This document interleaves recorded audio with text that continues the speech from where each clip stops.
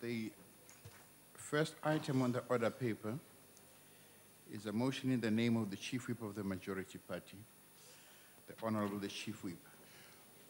Honorable Speaker, I move that the House, notwithstanding Rule 29, resolves that from Tuesday, 25th February 2014, Thursday, to Thursday, 13 March 2014, the proceedings will be in the sequence as agreed to by the National Assembly Program Committee. I so move. Thank you. I now put the motion. Are there any objections? No objections. Agreed to. The second motion on the order paper is a motion in the name of Mr. M.A. Kango, the Honorable Mr. Mka.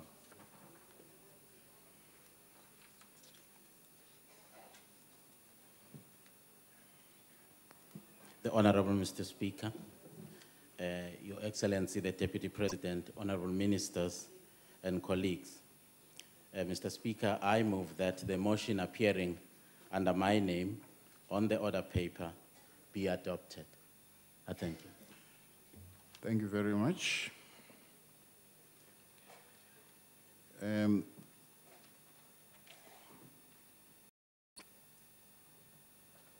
I wish the Honorable seat to the podium. Honorable Speaker, Honorable Ministers and Deputy Ministers, Honorable Members, it is with profound sadness and a deep sense of loss that I rise on behalf of the to pay condolences on the sudden death of the Inkatha Freedom Party stalwart, veteran Member of Parliament and Parliament's presiding officer, the Honorable Ben Skosana. Mtate Skosana, as he was affectionately known to us, collapsed and died in the early evening on the 11th of February 2014 while performing his parliamentary duties. His passing away came as we were preparing for the last State of the Nation address of this fourth democratic parliament and on the eve of the 20-year celebrations of freedom in our country. Upon receiving the news that Wamben collapsed at a popular restaurant, we rushed to the scene where we were informed that this well-respected public representative and leader is no more. One cannot forget the somber mood and immense sense of loss that prevailed as his lifeless body lay next to the table where he was busy having a working dinner with the Minister of Public Works, the Honorable Tulas Nesi. At this point, I wish to record our gratitude to the Honorable Minister and his protectors for the tireless efforts made to resuscitate the Honorable Skosana and the courageous support and leadership the Minister provided as this tragedy unfolded. Before he passed away on in the evening, we had seen him going about his normal parliamentary duties during the course of the day. We were with him. We also knew that when it came to his health, he always insisted on leading a healthy lifestyle. Despite his age, he still demonstrated exemplary commitment to his work, put in extra hours and never rested until the job was done. Even when his sad passing came, it found him busy at work doing what he lived and loved, serving the people of South Africa. He was an experienced and astute politician, a diligent and dedicated servant, and a committed and selfless patriot. It was such qualities that endeared him to the African National Congress, which found him in a capable compatriot worthy of an invitation to serve the people's cause for the transformation of South Africa. He was invited twice to serve the vision of South Africa's prison system from the dark arrangements in the National Assembly, through which he championed the task of building the capacity and well-being of members of Parliament. Skosana was primarily tasked in assisting the Speaker to look after the interests of members and to ensure taken into account. In this role, his responsibilities included ensuring the former members and ensuring members can take time to resolve. At times, we find that amendments or policies that are between members who are normally united and, may I say, impatient across duties without much fanfare. Who will forget his ability to listen to the views of all MPs in discussion forums, and his good sense of humor, whether in the Chief Whip's Forum, Programming Committee, the Quarterly Consultative Forum, and elsewhere. While he was a good listener, he would, however, not allow anyone to take advantage of his well-disposed demeanor. In short, he was a true gentleman. As one of the most experienced MPs in our democratic parliament, and having served in all the parliaments since 1994, he proved to have a distinct advantage and was excellently positioned to work in the area of members' interests. He readily shared his vast experience and knowledge with us and proved to be a reliable compatriot. He understood that the process of building a non-racial, non-sexist, democratic and prosperous South Africa required collective commitment, collective action, and hard work. His sudden death has indeed caught all of us in the ANC, who worked closely with him, by surprise, and has sent shockwaves through the entire parliamentary establishment. We are indeed, Honourable Speaker, engulfed in a deep sense of sorrow and grief at such a loss. Indeed, it feels, honourable members, as if a library has burned down. South Africa owes him a debt of gratitude for the selfless service to the people and for the passion he demonstrated for the success of this nation. At his funeral in Vereniging last Sunday, one of his daughters said that the father was a soldier who died with his boots on. However, she went further to say that as a soldier, his uniform was his suit and tie. His weapons were his pen and paper. And the battles and the wars that he fought was right here in Parliament during debating. What a legacy to leave your children and all of us and his colleagues to always strive to resolve differences peacefully. Honourable Speaker, the ANC furthermore wished to thank the leader of the Inkatha Freedom Party, the Honourable Mangosuthu Buthelezi, for accepting the request for the Honourable Skosana to take on the parliamentary duties, certainly added value for which we are all proud of. The ANC extends our heartfelt sympathies and condolences to his family, friends, and his party, the Inkatha Freedom Party, and his leadership. May his soul rest in peace, and I thank you. Honourable Speaker, it is indeed with great efforts from some quarters of the communities in South Africa, and large numbers of people hoarded endless supplies accessible to those prophets of doom in the early 60s of the previous century. However, I must admit that in April 1994, I, along with others, first entered the portals of Parliament with some trepidation because we did not quite know what to expect. But what a surprise when we were placed in the negotiating theme committees alongside Africa, a totally different picture emerged. Many of these strangers became friends and later leaders, and I count among them some of the finest leaders for whom I have the greatest respect. One such highly respected comrade that crossed paths with me in these historic passages, and one who soon emerged as a respected leader, was none other but the Honourable Ben Skosana. Yesterday, at the memorial service held in the Old Assembly Chamber, I said that when I received the sorrowful phone call from Honourable Koos van der Merwe on that fateful evening of the 11th of February, I experienced a feeling of profound sadness, similar to having heard such news of a dear family member. But, Mr. Speaker, that made me realize that we are actually all one big family in this worthy institution. Despite our different political philosophies, despite our different religions, and despite our different cultures, it made me realize, sir, the true meaning of Ubuntu. I was indeed privileged or aggrieved. He was a gentle giant, but at the same time an orator that could put his point across clearly and proudly stood easy. My pleasure to convey the sincere condolences of the Democratic. Ben Skosana was respected in life, and he will be remembered. Gallery, the family of Honourable Speaker, Honourable Deputy President, Ministers in the House, not be here today. Honourable Ben Skosana was a gentleman, we can call him a gentle giant, who made friends easily wherever he went and whatever he did. He was steadfast in his support for his party, the IFP, and represented the party in different fora soberly, intelligently, and capably.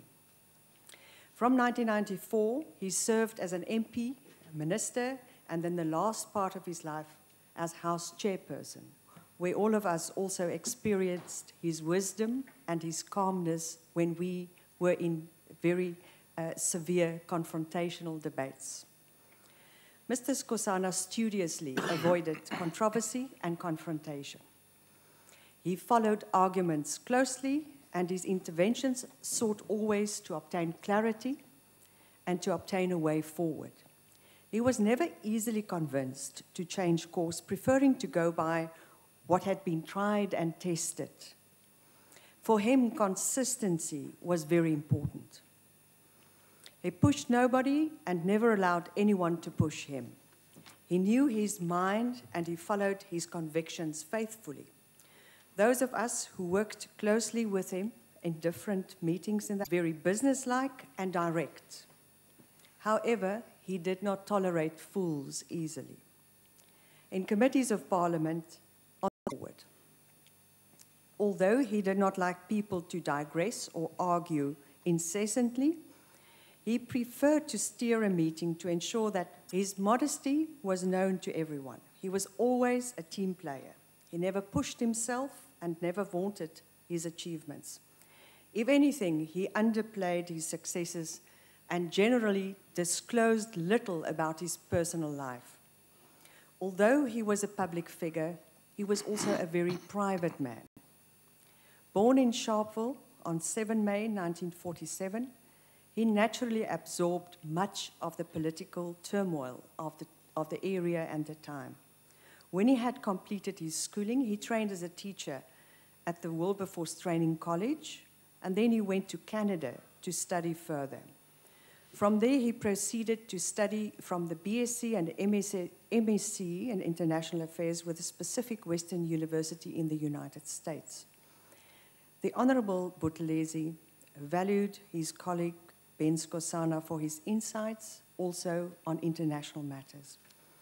For all of us who saw him working diligently and performing parliamentary duties and responsibilities up to the very last, a man who started the term before most of us other MPs were around, news of his unexpected and sudden passing away came as a tremendous shock.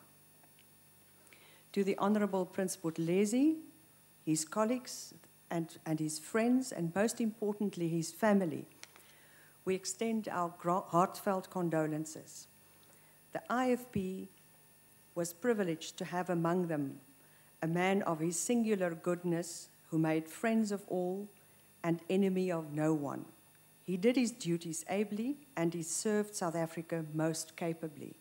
We have surely lost a good MP and a good man, and South Africa will be the poorer. Hamba kahle, dear colleague and trusted leader, may you rest in peace. I thank you. I thank the honourable member. I now invite Honourable Ntapane to the podium. Mr. Speaker, honourable members, United World Movement is saddened by the sudden passing away of Honourable Ben Skosana. Once again, this country has lost one of its shining stars, a hard-working House Chairperson. He was indeed a humble servant. Whenever he talked with me, he never failed to refer to me as Ndabezana died with his boots on. I would like to extend Minister Ncisi. UDM passes prayers to all his family, friends, and IFP during this time of grief. May his soul rest in peace. I thank you, Honorable Speaker. I thank the honourable member. Of the smaller getting group of senior politicians who came to the House in 1994. Mr. Skosana in the Chief Whip's Forum, week after week, and we became good friends in that process. I never saw the Honourable Skosana angry, not once. I was never in the ANC, in the IFP's caucus, so I don't know if that perhaps happened in the IFP's caucus. But all of those who interacted with Mr. Skosana in the structures of Parliament and in committee meetings, I never saw him angry, not once. He controlled himself, he had strong points of view, but he never lost his temper. And he was very convincing in what he said and how he did his things. I would like to extend on behalf of the Freedom Front Plus our sincere condolences to not only the IFP, but obviously to the family of Mr. Skosana. He was a very strong positive influence in this Parliament. We all know how rowdy this House can get, but Mr. Skosana had the ability to bring us all to calm in a few seconds. We salute a very good colleague. Thank you. Thank the honourable member. I now invite the Honourable C. Dudley. Thank you, Honourable Speaker. On behalf of the leader of the African Christian Democratic Party, Reverend Meshwe, Steve Swart, and myself, I once again extend sincere and heartfelt condolences to Honourable Skosana since I came to Parliament in 1999, serving on International. Skosana, also a Minister of Correctional Services, some years ago shared his disappointment ACDP. Returning from his funeral in Vereeniging on Sunday evening, walking through the airport, I read Honourable Skosana, a man who said what needed to be said, but may be remembered more for what he did. When she described him as a soldier who put on his uniform each morning to be with his maker right now. In fact, the words rest in peace take on new meaning as we imagine Honourable Skosana actually. I thank the honourable member. Honourable Bula, you have the floor, sir. Mr. Speaker, as we all know that we live through the grace, representing the minority front to pay tribute to this gentle giant and revered House Chairperson. The MF conveys our deepest condolences to the Skosana family, his friends, and his political home, the IFP. My heart goes out to you, and we wish you strength and courage during these trying times as you deal with your irreplaceable loss. As we all know, Honourable Skosana was a lifelong member of the IFP. But what made him significantly different was his ability to transcend party affiliation and service to his country with honor, dignity, and integrity. He was a man that held impartiality in service in the highest regard. Politics today has degenerated to such a poor level that political parties seem incapable of working together to create a better country for all our people. Today, I make this humble appeal to all members to remember Honourable Skosana for rising above that, for serving his country not simply as an IFP member, but as a patriot committed to our country, who we put the interest of the people first. This could have been seen when he served as a Minister of Correctional Services, a role which he completed with diligence and forbearance, rearing and ultimately transforming our prison system to a place of correction and rehabilitation. As a fearless opponent of apartheid and a veteran of Parliament, it was fitting that Honourable Skosana should assume the role of House Chairperson, and it is in this role that we bid farewell to this outstanding leader. The IFP has possibly lost one of its greatest sons. We have certainly lost a true patriot. On a personal note, I am humbled by Honourable Skosana's spirit of humility and his amazing characteristic of not only bringing people together, but an incredible individual that could win the heart of a 5-year-old child, the respect of a 16-year-old youth, and indeed the confidence of an 85-year-old veteran, respectively. Listening to Honourable Skosana at the memorial service, the Deputy Speaker yesterday indicated that he has this glory and this glamour, and indeed he has touched the hearts of many of the ANC women. South Africa owes Honourable Skosana a debt of gratitude for the selfless service to our people and for the sheer commitment he showed to creating a better South Africa. You have fought a good fight, you have run the race, and you have kept the faith. Honorable Skosana, we salute you, and you will be missed dearly. May your soul rest in peace. Hamba Gasle, Lalango God. Thank you. I thank the honourable member. I now wish to invite the Honourable V.B. Ndlovu to the podium. Kacheni. Honourable Speaker, Honourable Deputy Speaker, the Honourable Deputy President, the Honourable Ministers and Deputy Ministers present, and all our colleagues.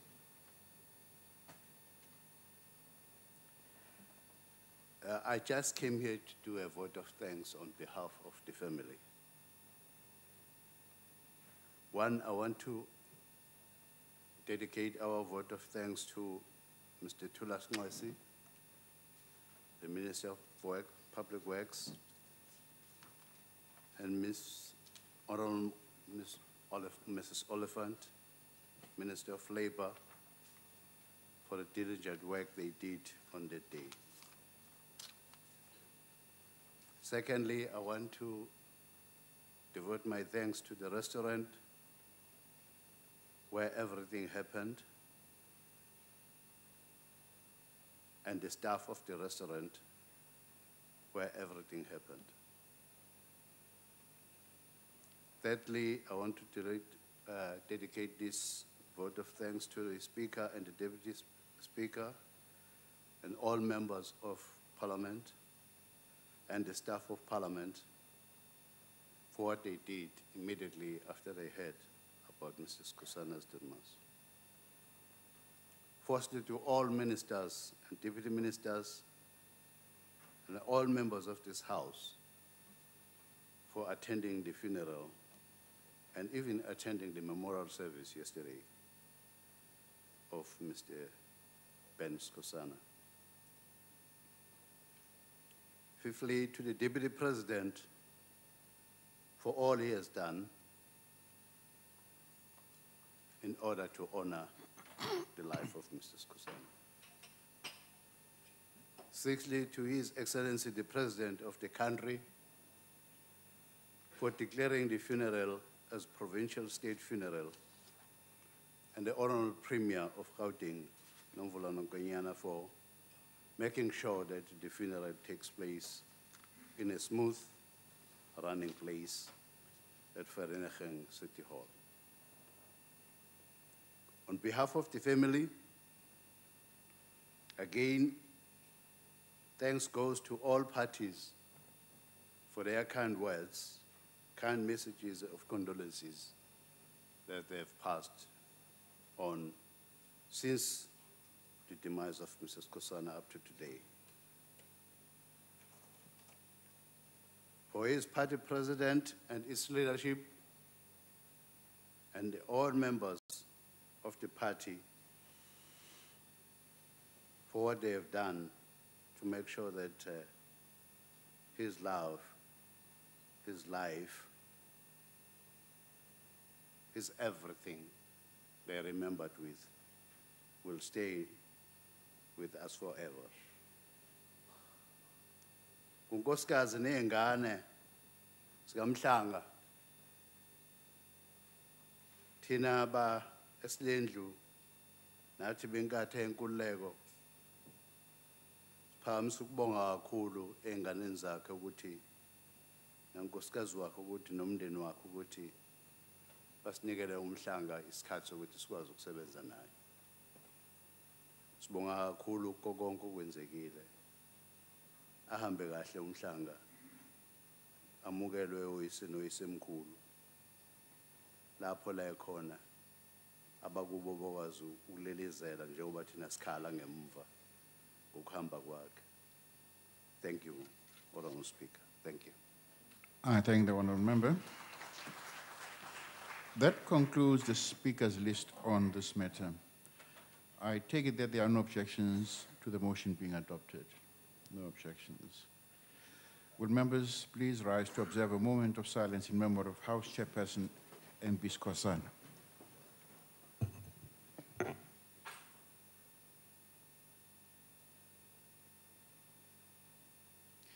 be seated.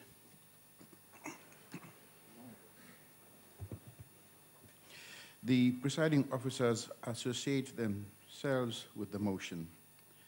The condolences of the House will be conveyed to the Skosana family. The third motion on the order paper is also in the name of the Chief Whip of the Majority Party, the Honorable Chief Whip. Honourable Speaker, I move that the motion as appears on the order paper be adopted.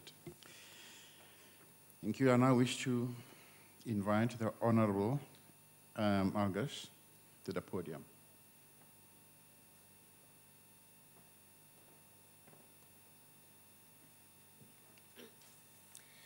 Thank you, Honourable Speaker. Honourable Deputy President, Honourable Ministers, Honourable Deputy Ministers, and all members present in the House today. I would like to open my speech with a quote to pay tribute to the Honourable Crosby Moni. You are not your resume, you are your work. And that was written by Seth Godwin, an author. So let me speak to the work of Honourable Moni and also testify to the person he was. Honourable Speaker, the late Honourable Crosby Moni was a humble servant of the people and a committed activist. As a Member of Parliament, he served in the portfolio committees of both basic and higher education since joining Parliament in 2011. He served the Portfolio Committee on Basic Education and indeed the nation at large with dedication, skill, perseverance, and selflessness. He was hardworking and loyal to the committee in the same way as he displayed loyalty to his country and its people. For him, being a parliamentarian served as a device to be used to verbalize and advocate for the needs and aspirations of ordinary people. During the 3 years that he served the committee, he participated and engaged actively in various oversight activities and programs of the committee to track the performance of the executive and to hold them accountable. Even though he had come from a mining background, he showed tremendous insight into measures advancing the realization of access to basic education for all. One of his final contributions to the committee and the nation were when he ably led a sub-delegation of committee members during an intense oversight visit to farm schools in the Free State and Western Cape provinces. During interactions with stakeholders who ranged from organized labor, school governing bodies, and school management teams, he instilled in them the belief that since they knew the environment well, they were capable of providing lasting solutions to some of the challenges they raised. He had a conviction that people should develop a culture of responsibility. He was able to remain optimistic even in situations where pessimism was threatening to take over. His broad-based experience, having held leadership positions within all structures of the ANC and the Alliance formations, a member of the Central Committee of the SACP, SANCO, and building of SANCO, and also the past Deputy President of the National Union of Mine Workers, NUM, served the committee well. The Honourable Moni participated in development of strategies and policies aimed at ensuring quality and integrity of the basic education system are adhered to. He facilitated public participation during service delivery and related legislative processes. He participated in national and international education dialogues relating to education. He monitored and did the overseeing of the department and its entities in their day-to-day overall performance. He engaged in various activities and programs focusing on the development and delivery of quality public education to all South Africans, addressing resource challenges in the system, including the eradication of physical infrastructure backlog and the provision of basic furniture to enable effective learning and teaching. Furthermore, strengthen initiatives to mitigate poverty and its impact in the basic education sector, with a particular focus on school nutrition, scholar transport, health matters, screening, HIV and AIDS, and reducing the effect of poverty-related disadvantages due to models of curriculum delivery and more. He, the Honourable Moni, always embodied the following principles, open quote, from A Long Walk to Freedom. Education is a great engine of personal development. It's through education that the daughter of a peasant can become a doctor, that the son of a mine worker can become the head of the mine, that the child of a farm worker can become the president of a great nature. It is what we make out of what we have, not what we are given, and separates one person from another, close quote. Honourable Crosby Moni passed away on the 22nd of December 2013 after a short illness following the recent visit to Mozambique, where he contracted malaria. The ANC in higher and basic education in Parliament had lost a disciplined cadre, a selfless community activist, a hard-working public representative, and a talented politician. We as committee members, including all members of Parliament, would like to extend our condolences to the Moni family on their sad loss of a cadre, a friend, a colleague, a father, a husband, and an uncle. Time will heal. I thank you. I thank the honourable member. I now wish to invite the Honourable G.C. Smiles to the podium.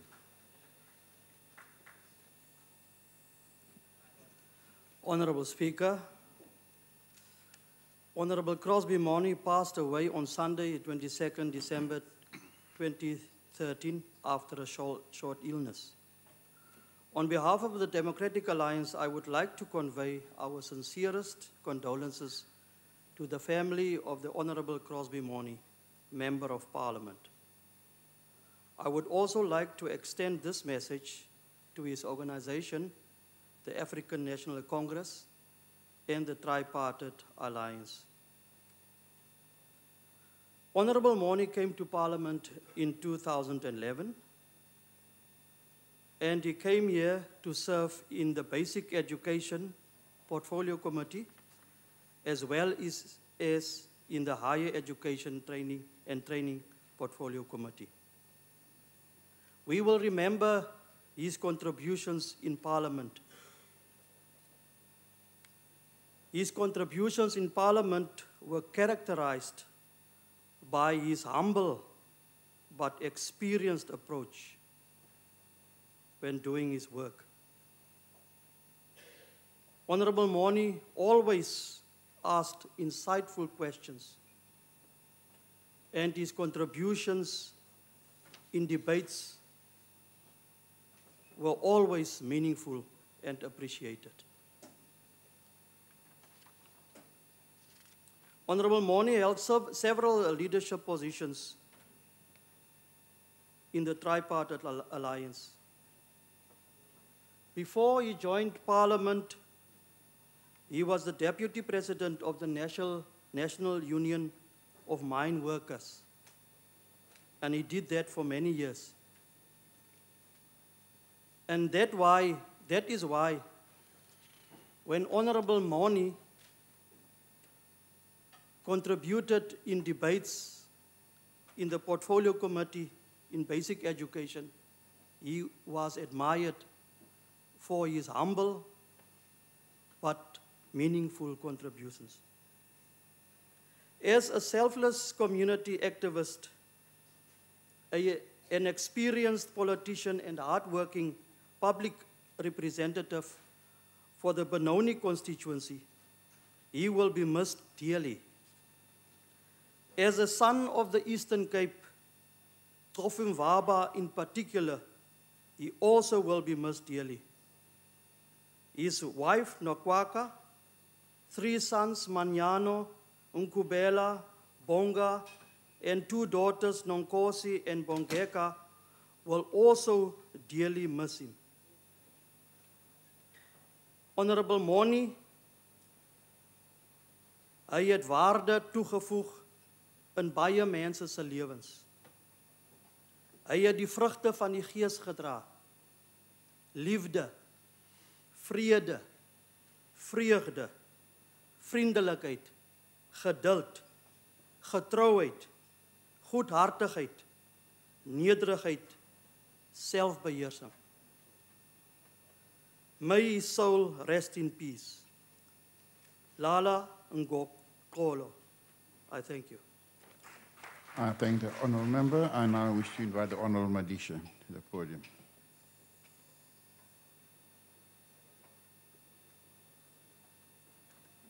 Thank you, Speaker. Mkhulu. It is with the highest level of sadness that COPE rises to express and pass its heartfelt condolences to the entire family of Honorable Moni.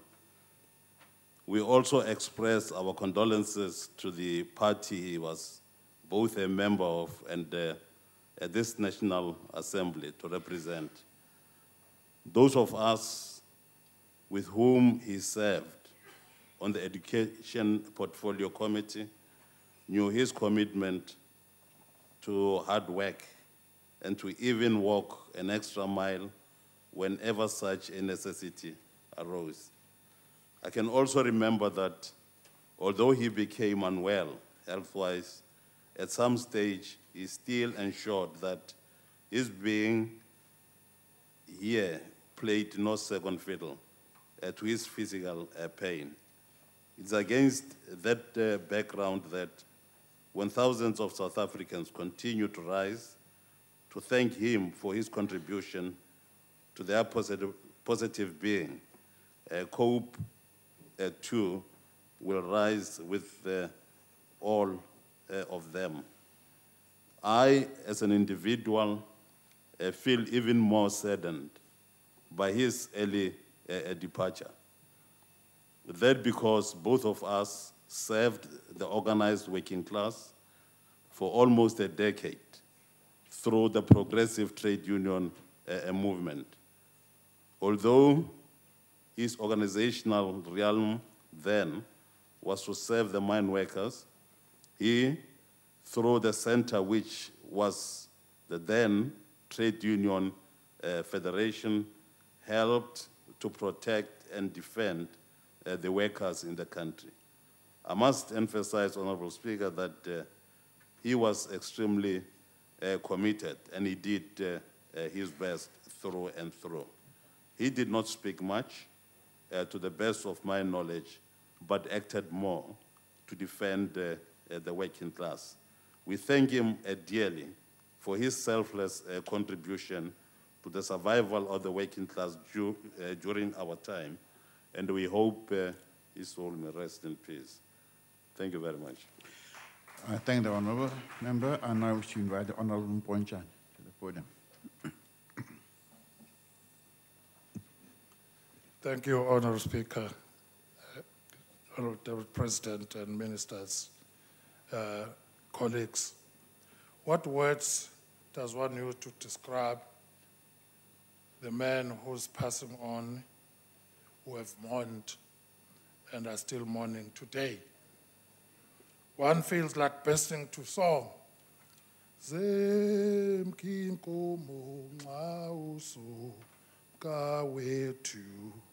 Nyanze mkweli inkomo makhomani, nyanze mkweli inkomo kukhongolo, nyanze mkweli inkomo kumfelandawonye, nyanze mkweli inkomo emndenini.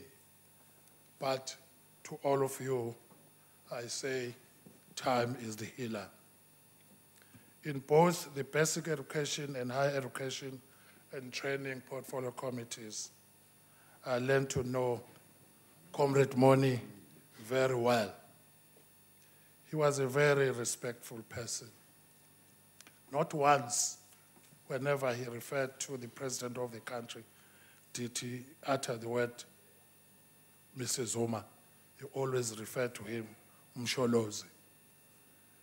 Whenever he inquired from me, in Tata Mandela's intonation, he will always say to me, "How is Shenge?" The man was very respectful indeed. He was a gift to all of us. But there's one thing I did not tell him. You know, he had a vast knowledge of my area in Wavuma. He always said to me, hey, he will one day go down to Ngwavuma to collect his cattle to the people who had sold him the cattle. I listened to him, but in a typical communist style, he did not disclose his contacts.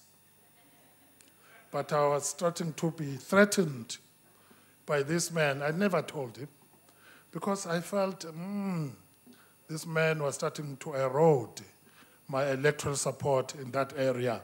But I never told him that. And Moni, to me, was like a brother. You know, each time, because the chairperson here, whenever we had portfolio committee meetings, he never missed the opportunity of all of us introducing ourselves to the stakeholders. Whenever he introduced himself, he will end with this Tobel. I never asked him what it meant. Even today, I don't know it means good morning or good afternoon. But he would say this with a smile. And I used to say to him, hey, stop making these tribal noises. And he would just laugh. He was really, I don't know how to describe him, but he was really that man who would make one like what you otherwise did not like. You know, he made me to start to appreciate his organization. The way he portrayed himself, you know. And empeleni ukuba ngangowesifazane, I would not have hesitated ukumqoma in the first place. This was the man. And sithi ke mfowethu ulale ngokuthula la ukhona. Ngiyazi ukuthi ukanye nabo bonke enhlanganweni yakho uze ube idlozi elihleke kulabo abaseleyo abakunhlangano yakho. Siyathokoza. I thank the honourable member. The Deputy President has taken note of your desire to cross the floor, sir. I now wish to invite Honourable Tapan. Mr. Speaker, honorable members, on behalf of the United Movement, I would like to extend our heartfelt condolence to the family, ANC, SACP, and friends of the late Member of Parliament, Crosby Moni. The late honorable member Moni dedicated his life fighting in the cause of justice. The fact that he was a former deputy president of the National Union of Mine Workers and was instrumental in rebuilding Sanko bears testimony to that. We are eternally grateful to his family for allowing him to serve our nation the way he did. I thank the Honourable Speaker, and I wish to invite Honourable Dudley. Thank you, Honourable Speaker. The ACDP was saddened to hear about the death of Mr. Crosby Moni just before Christmas last year. We understand that Mr. Moni died after a short illness following a visit to Mozambique where he contracted malaria. Honourable Moni, a former Deputy President of the National Union of Mine Workers, joined Parliament in 2011, and I served with Honourable Moni on both the Basic Education and Higher Education Portfolio Committees where his contribution was highly valued. The ACDP extends heartfelt condolences to Mr. Moni's wife, his 3 sons and 2 daughters, and his extended family, friends, colleagues, and members of the ANC. Thank you. I thank the Honourable Speaker, and now we should invite the Honourable Gina.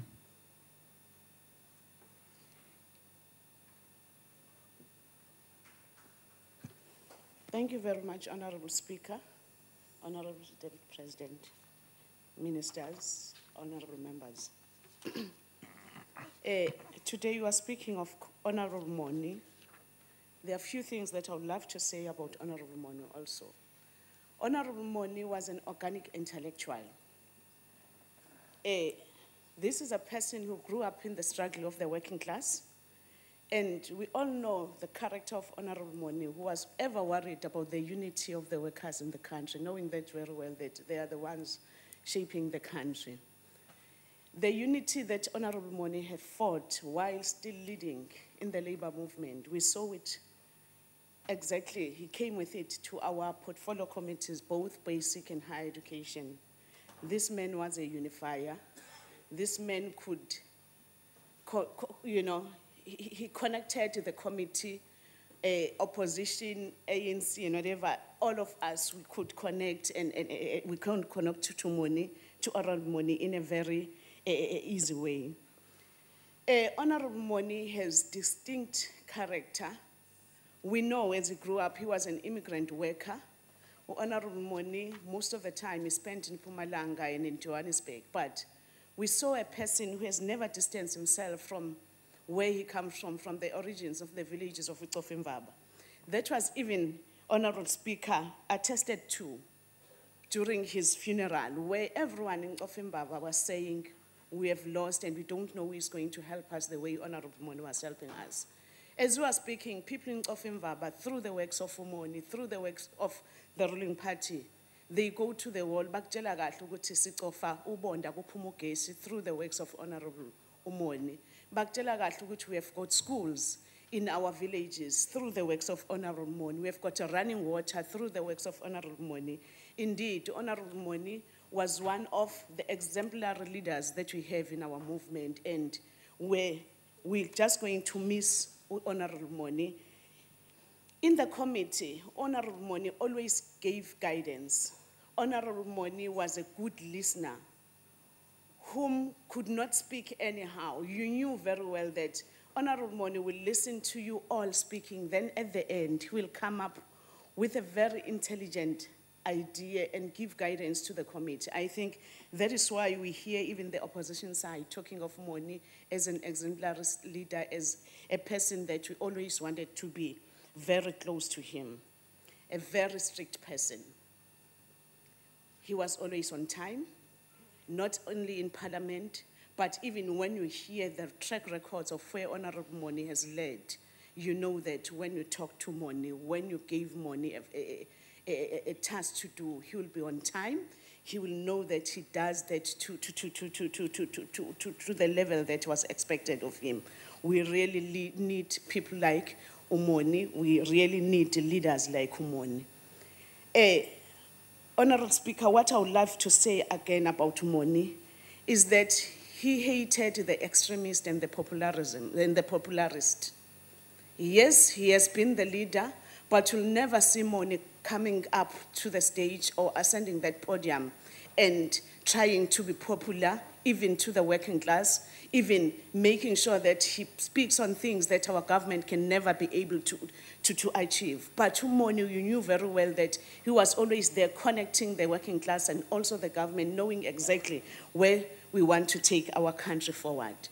But above all, in all the hardships that he went through, Honourable Moni was a lifelong learner. Through the hardships that he went through in his life, he ended up having a degree, a BA degree, because he loved education. That is why it was even good for him when he joined us in Parliament. He served in the committees of education, and that is where he excelled. We love to pass our heartfelt condolences to his family, of whom he loved his family a lot. Whenever we are with Honourable Moni, you knew very well he will talk about his wife, his sons and his daughters, and the best wishes that he had for them, and what is it that he was preparing for his family. Our condolences again goes to the SACP, where he was a central committee member. We know the contribution that he had to the ANC as large and also to the country as a whole. Sithi ulale ngoxolo, Comrade Moni, siyohlala sikhumbula lokho okushiyile siyobambelela kona. Thank you ever so much, Speaker. I thank the honourable member. That concludes the speaker's list on this matter. I take it that there are no objections to the motion being adopted. No objections. Will members please rise to observe a moment of silence in memory of Mr. Moni.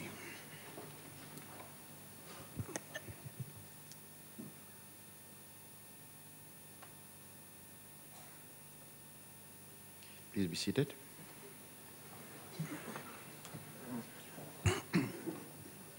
The presiding officers associate themselves with the motion. The condolences of the House will be conveyed to the Moni family. The Secretary will now read the first order of the day. Consideration of report of Portfolio Committee on Economic Development on Infrastructure Development Bill. I now recognize the Chief Whip of the Majority Party. Chief Whip. Honourable Speaker, I move that the report be adopted. The motion is that the report be adopted. Are there any objections? No objections. Agreed to. The Secretary will read the second order. Second reading debate, Infrastructure Development Bill. Thank you. Will somebody pass me the list of speakers, please? Thank you very much. I now recognize the Minister of Economic Development. Honourable the Minister.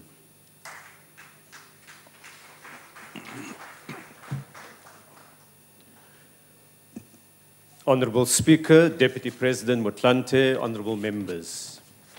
It gives me great pleasure to introduce the debate on the Infrastructure Development Bill in this August House for the second reading debate. Infrastructure is critical to so much of what's important to South Africans. Jobs for young people, dams and pipelines to supply water for farming, for industry, and for citizens, power plants to generate energy to light up homes and offices, and to put warm food on the table, roads, railway lines, and ports to move people and goods across our country, fiber optic cables to promote access to communication, to give young people the passport to 21st century economic citizenship, clinics and hospitals to provide medical care to all our people, schools and universities to give access to education to the next generation, houses to provide homes to young and old.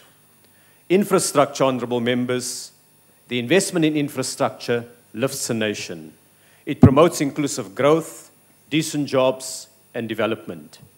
This is particularly important in South Africa, where apartheid was rooted in overinvestment for the few and underinvestment for the majority of people. In 2011, President Zuma set up the Presidential Infrastructure Coordinating Commission, the PICC, to drive the delivery of infrastructure. We worked with all 9 provinces and local government to unblock obstacles and to speed up regulatory approvals and construction. The PICC has helped to write a successful South African story, the story of infrastructure.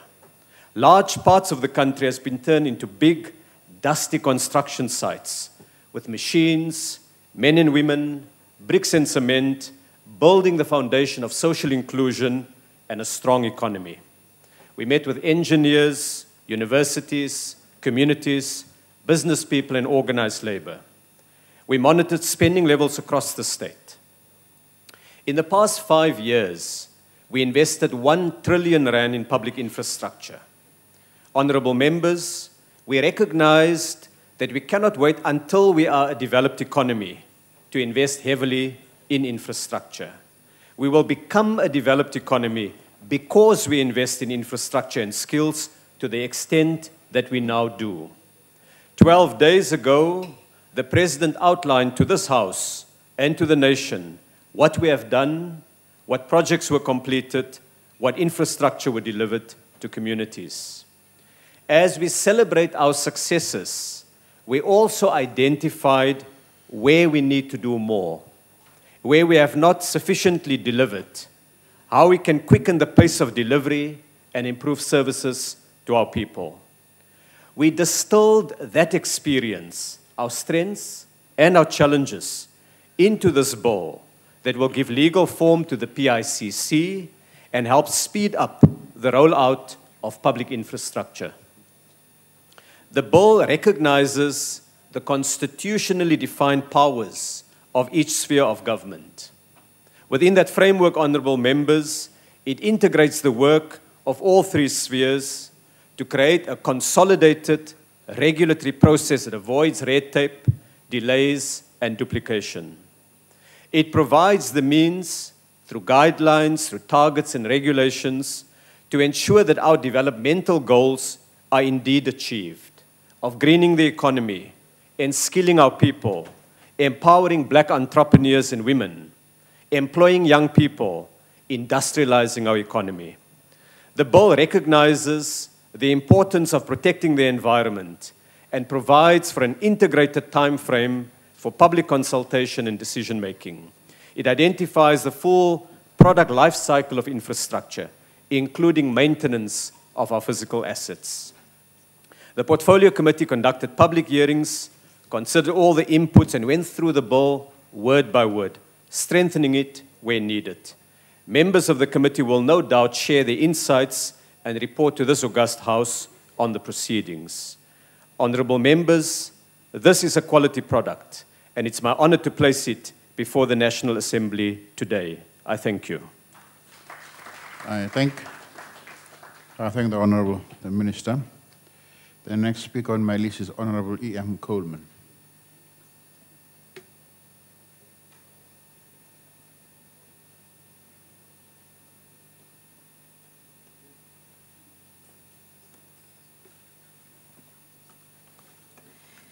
Thank you very much, Honorable Speaker, Honorable Deputy Speaker, Honorable Mr. Minister Patel and Deputy Minister Mkhize, Honorable Ministers and Deputy Ministers, my colleagues, honorable members and guests. The second phase of our democratic transition should be characterized by decisive action to effect thoroughgoing economic transformation and democratic consolidation. This is critical in order to improve people's quality of life, but also in the promotion of nation building and social cohesion. At the core of the second phase should be a concerted drive to eradicate poverty and to reduce inequality. Every South African should enjoy a decent quality of life. This applies both to income poverty and access to basic services. The primary focus in this regard should be higher rates of economic growth and social inclusion, reflected primarily in massive job creation, skills development, the provision of quality public goods and services, and the expansion of small, medium enterprises and cooperatives. The National Infrastructure Plan, which is an opportunity to change the structure of the economy, apartheid, spatial distortions, support beneficiation and industrialization, and contribute to facilitating intra-Africa trade. As a flagship program of the state, all spheres of government have joined in taking this forward. Honorable Speaker, we continue to tell a good story of reconstruction, development, and growth through the Infrastructure Development Bill. Today marks an important milestone in the history of this country. This is so because of the first ever legislated intervention of this kind, an intervention in a form of the Infrastructure Development Bill, which will continue to see the country's infrastructure development being done in an accelerated and sustainable manner, in a manner that brings back the dignity of every South African, where there's going to be equal opportunity to live and equal access to basic essential services. The ANC's Economic Transformation Program seeks to promote a geographically inclusive economy. This will require that infrastructure development be rolled out in targeted areas in a phased manner. especially in former Bantustans. In this connection, we must optimize the investments that have already been made in the establishment of industrial development zones through special determinations relating to incentives, access to adequate and affordable basic inputs such as electricity and water.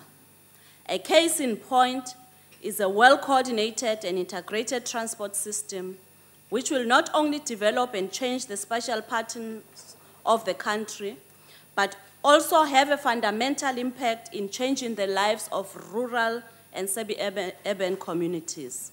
This intervention will see the life of Nozipho living at Ezamoguhle village being transformed for the better. She'll be able to take her kids to school without having to cross dirty and dangerous rivers. She will continue to have sustainable energy provision without having to risk her life fetching wood in the bushes, risking being raped and robbed of her self-worth. She'll be able to have tap water without having to share water with the livestock. She'll be able to continue with her dream of starting a business without having to worry about distances to be traveled and scarcity of transport to fetch and transport her goods. She will have means of communicating with her customers and suppliers while keeping in touch with her loved ones in case she's needed. The list is endless. This is a country in pursuit of a developmental state. The Portfolio Committee was satisfied with the processes leading to the finalization of the bill. There was a shared excitement in the prospect of the bill, hence the unanimous adoption of the report. There was a general acceptance of the spirit and objects of the bill. The amendments introduced in the bill have in part through the public participation. We have listened to the submissions and engaged with them. In this regard, we have dealt with what the Constitution requires of us to listen and give due consideration to what the people are raising. The amendments address some of the public concerns through clarifying the intentions of the bill with clearer formulation, whilst the substance and purpose of the bill remain unchanged. Just to mention but few changes that the committee have brought into existence, there were some constitutional concerns about the powers and functions of the three spheres of government and possible encroachment of provincial or local government powers. Another area was the constitutional concern about the timeframes for public consultation. There was a confusion about the use of commission to refer to both the top structure chaired by the president as well as all substructures of the commission. There was a concern regarding procedures to be used for expropriation of land. There was concern that the bill may unintentionally incorporate private infrastructure projects into the SIPs. Concern also about the way in which application for various approvals would work if the bill requires them to be simultaneous. These were some of the concerns that were looked into and effected as changes into the bill. There were also some technical changes made to make the bill clearer and readable. Honorable Speaker, would like to thank all those who managed to partake in the process of the public hearings. We'd also want to thank the Economic Development Department for their full and explicit responses to the concerns raised by both the public and the Portfolio Committee. We do, in the same spirit, would like to thank the legal teams of both the department and the Parliament. To conclude, Honorable Speaker, I would like to say to fellow countrymen and women, to the story of Ntabiseng, which was mentioned in the SONA debate, just like that of Nozipho, Reverend Jesse Jackson once said, I open quote, "Suffering breeds character and character breeds faith. In the end, faith will not disappoint," I close quote. Let's continue to shape South Africa of our dream. Together we shall make South Africa a better place to live in. The Portfolio Committee would like to table the redrafted bill for consideration and adoption by the House. The ANC supports this bill. I thank you. I thank the honourable member. The next speaker is Honourable SC Moni.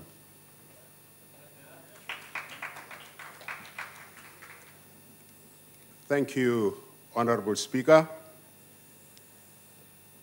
Massive infrastructure backlogs have contributed to investor concerns about the attractiveness of South Africa as an investment destination. Poor state planning over the past 15 years has left the country, according to research by the Department of Public Enterprises, with a 15 trillion rand backlog in energy, road, rail, and communications infrastructure needed to support a growing economy. The DA thus appreciates the need to fast-track infrastructure development and supports the intent of this bill. Indeed, the apparent lack of coordination across the three spheres of government, silos among national departments, corruption, and delays regarding tenders are very serious failures that need to be eliminated to facilitate the delivery of infrastructure. We believe, however, that the solution to the country's infrastructure development backlogs lies in the improvement of implementation capacity and coordination of existing structures, not in the creation of parallel, top-heavy, centralized structures such as the Presidential Infrastructure Coordinating Commission or Council. We fear this bill, like the department that has spawned it, is an unnecessary, costly instrument that is most likely to frustrate rather than facilitate infrastructure development if passed in its current form. The DA believes that the bill gives the President, who will chair the Council, extensive powers to decide on strategic infrastructure development projects in the country without any parliamentary oversight. The President does not account to any portfolio committee in Parliament. Previous attempts by the DA to amend this shortcoming have not been successful. With this government's history of building a 200 million rand palace for President Jacob Zuma, how can we leave it to a small top-heavy government structure to determine when money is going to be spent? This is opening up the space for another Nkandla Gate scandal, when what we should be doing is allowing for more transparency and oversight. In fact, as we prepare for the biggest infrastructure project in our history, the nuclear build tender, this bill will leave open the space for corruption and make the arms deal look like a drop in the ocean. Indeed, without any provision in the bill for parliamentary oversight, neither the Commission nor the Council can be held to account. In light of sections 42.3 and 55.2 of the Constitution, Parliament cannot, in good faith, pass this bill. This House should also note that this will be a special purpose law. If passed by Parliament, the Minister is instructed to report, according to section 19.1 of the bill, on quarterly basis to the Council and to the Management Committee on each strategic infrastructure project. The DA's proposal that the Minister of Economic Development also report quarterly on strategic infrastructure projects to the Portfolio Committee on Economic Development was rejected. The DA finds this denial of oversight by Parliament unreasonable and unacceptable. Even more confounding is the fact that the funds to be expended on the SIPs by any of the organs of state will be funds voted by this Parliament to the involved organs of state through the departmental budgets. While infrastructure development is essential, it cannot happen without parliamentary oversight. Section 2.2 of the bill provides that, and I quote, any person exercising power in terms of this act must do so in a manner consistent with the Constitution and, in particular, with the functional competencies of the different spheres of government. We believe this clause is an attempt to preempt potential charges of encroachment on constitutional grounds from provinces and municipalities. This apparent concern by the department is valid. We are of the view that this bill is inconsistent with the constitutional dispensation of the three spheres of government and the devolution of planning and implementation power to the lowest appropriate sphere.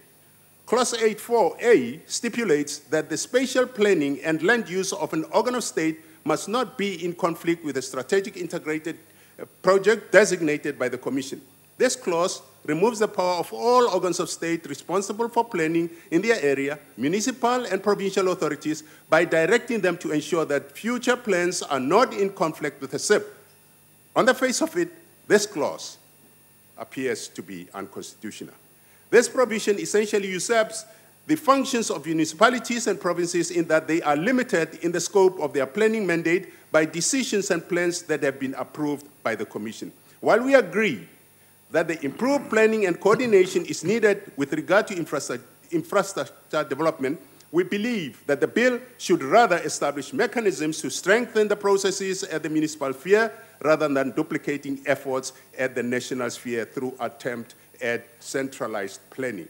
Section 18 of the bill provides that, and I quote, whenever an environmental assessment is required in respect of a strategic integrated project, such assessment must be done in terms of the National Environmental Management Act 1998, with specific reference to Chapter 5, close quote.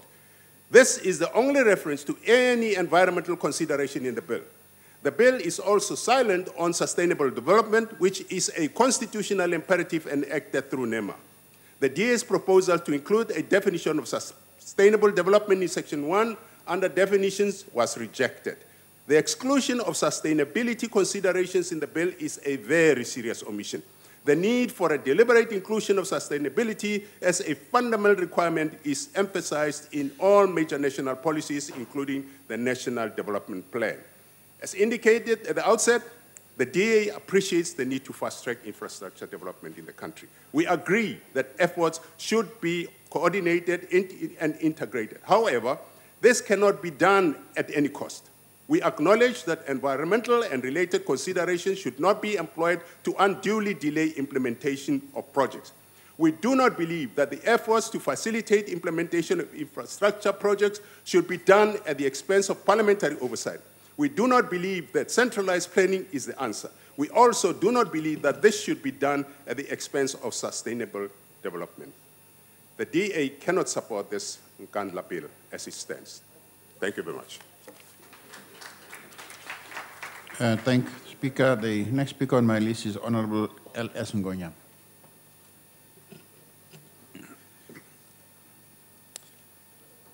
Honorable Speaker, Honorable Deputy President, the Minister of Economic Development has plans to plow as much as 10% of our GDP into infrastructure development annually. That would be about half of state revenue, or 400 billion rand approximately. Even at half of that amount, infrastructure development will be greatly accelerated and South Africa would be a different country. Why do we need this investment? It is this kind of boldness that we need to undo the solid foundation of inequality laid through apartheid. To be assured of a real integrated non-racial nation, South Africa needs infrastructure development of this magnitude. South Africa, historically underdeveloped urban and rural areas, are crying out for urgent investments into site planning, roads, sanitation provision, and water reticulation.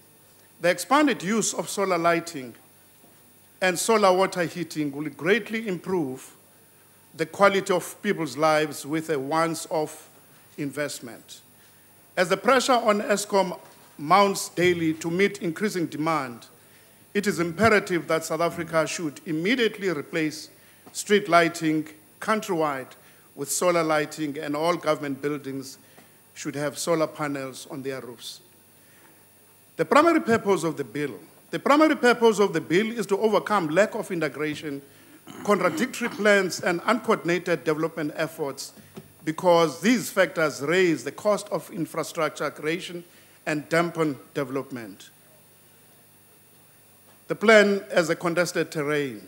The reality, however, is that every plan becomes contested terrain because of hidden agendas and corrupt intentions. For obvious reasons, tenders may be put out as late as possible to circumvent the requirements of the PFMA, and specifications will be made to suit certain bidders. If transparency and accountability do not prevail, the infrastructure development plan will be a wish, not an outcome that is realized. Prioritization, collaboration, and speed are the key ingredients of this bill. These will have to be met 100% of the time by 100% of all those who are involved.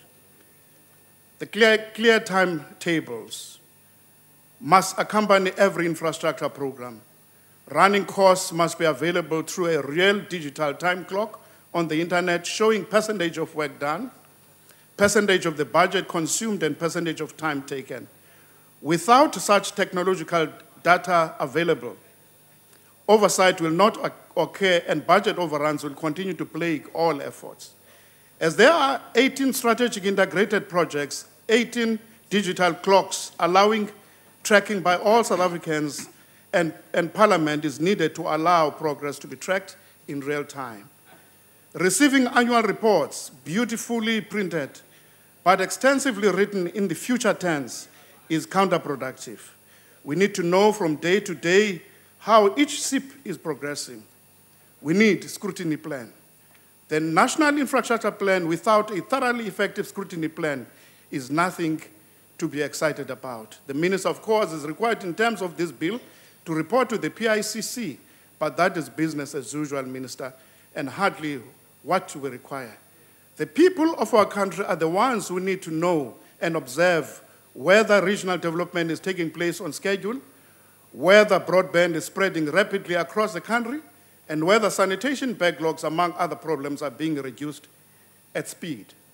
The National Infrastructure Plan must have the capacity to be monitored by citizens in their homes. Only then will people buy into the plan and take ownership of it. It is absolutely imperative, though, that whatever infrastructure is built, operated, and maintained is done efficiently, cost-effectively, competently, and accountably. Those are the conditions specified in the bill. And those are the conditions which appeal to us, and those are the conditions we support. We therefore support the bill. I thank you. I thank the honourable member, and I wish to invite the Honourable Sengwa to the podium. Honourable Speaker, Honourable Deputy President, and honourable members, the importance of this bill cannot be overly emphasized, particularly at a time when the world continues to become a global village and South Africa must find itself as an active player in that sense. And so therefore, infrastructure is at the center of job creation. It is at the center of ensuring that we create a conducive environment for businesses to operate, particularly small businesses who need infrastructure to compete favorably in order for those businesses to grow and for us to be able to create jobs of which millions and millions of our citizens desperately need. In no way does this bill downplay the autonomy of the respective spheres of government, and it will be important for us to continue moving forward to ensure that there is not an overlap and an encroachment into the respective functions and responsibilities of the different spheres of government. Infrastructure development remains at the center of creating a conducive environment for businesses, as we've pointed out, and for us to be able to create jobs. Therefore, this bill is important because it is a positive response to strengthening coordination in infrastructure development. The IFP is satisfied that the Portfolio Committee has done everything possible to take into account all the public contributions in the public hearings, and we must say that this Portfolio Committee stands out as probably the only one that has gone that far in ensuring that the public contributions are taken into account and that this bill is an expression of those public hearings. This bill will legitimize the PICC, enabling for clearer oversight, and we will also have to zoom into the reporting of the PICC and holding it to account and to ensuring that it is, we are able to oversee its work quite well. So moving forward, this bill, whether it becomes a success or not, the proof will be in the eating. We will obviously hope that the PICC's reporting functions will be improved so that we may be able to hold it to account. The high levels of unemployment compel us to take every step possible to ensure that we accelerate job creation, and this bill is a point in case enabling us to do so. Might one add that the hardships facing our people on a daily basis, particularly the high levels of unemployment, compel us to coordinate better infrastructure development in the country. And therefore, one such move such as this bill enables us to do exactly that. Honorable Speaker, I'm reminded of the words, I think they appear in the Bible, where it says, uJesu akazanga ukuzochitha, kodwa uzogcwalisa. So I would imagine that in the same sense, nale bill ayizanga ukuzochitha, kodwa izogcwalisa lokho sekukhona. Therefore, on that note, the IFP supports this bill. I thank you. I thank the honourable member. Honourable S.J. Muhai, you have the floor. Thank you, Honourable Speaker, Deputy President, Ministers, all honourable members. Wishful thinking cannot replace hard facts about South African reality. The DA's comments once more attempt to divert us from debating the main issue without contributing anything. The ANC tried to throw light about the imperative of the bill through various stages. However, the DA indicated that it will revert back to its caucus. We knew then that they are going back to their corner of an untransformative forum, and indeed they came back, expected that they will reject this bill. The ANC is very tired of carrying the deadwood, for the deadwood is very heavy. No reason why we should continue to carry this weight. So we therefore elect to continue debating very important issues about this infrastructure development bill. I must hasten to point out, Honourable Speaker, Order. that the chair indicated that there was consensus, overwhelming consensus about majority of stakeholders on the strategic intentions of this bill. This alone demonstrates once more the unassailable supremacy of the ANC policy perspective within the body politic of our country. Honourable Speaker, taking cue from the 53rd National Conference of the ANC in Mangaung, it is worth reminding this august House that a call for action to accelerate and deepen economic transformation and building a democratic developmental state are amongst critical strategic tasks the ANC has defined itself for its decade. The strategic thrust of this bill should therefore be located within the context of giving effect to these resolutions. Accordingly, the integrated and coordinated government-wide approach to infrastructure development and delivery is critical for the realization of these tasks. This is particularly so against the background of a fragmented and uncoordinated approach to service delivery among spheres of government and across departments. This is one of the critical deficiencies of our current system of governance, as was pointed out through by the National Planning Commission. The bill before us this morning should be celebrated as a critical turning point in our system of governance that seeks to break rank with the culture of fragmented and uncoordinated delivery, infrastructure delivery. The bill will also ensure eradication of unnecessary red tapes that always cause delays in big infrastructure projects, which always result in escalation of cost. Speaker, contrary to what some would want us to believe, this bill is no way designed to entrench encroachment of the provincial and local government functional space by the national government. Instead, the bill seeks to bring synergy, coordination and integration in an infrastructure development effort of our country. This will be done in line with the spirit of our Constitution. And our Constitution further defines South Africa as one sovereign and democratic state.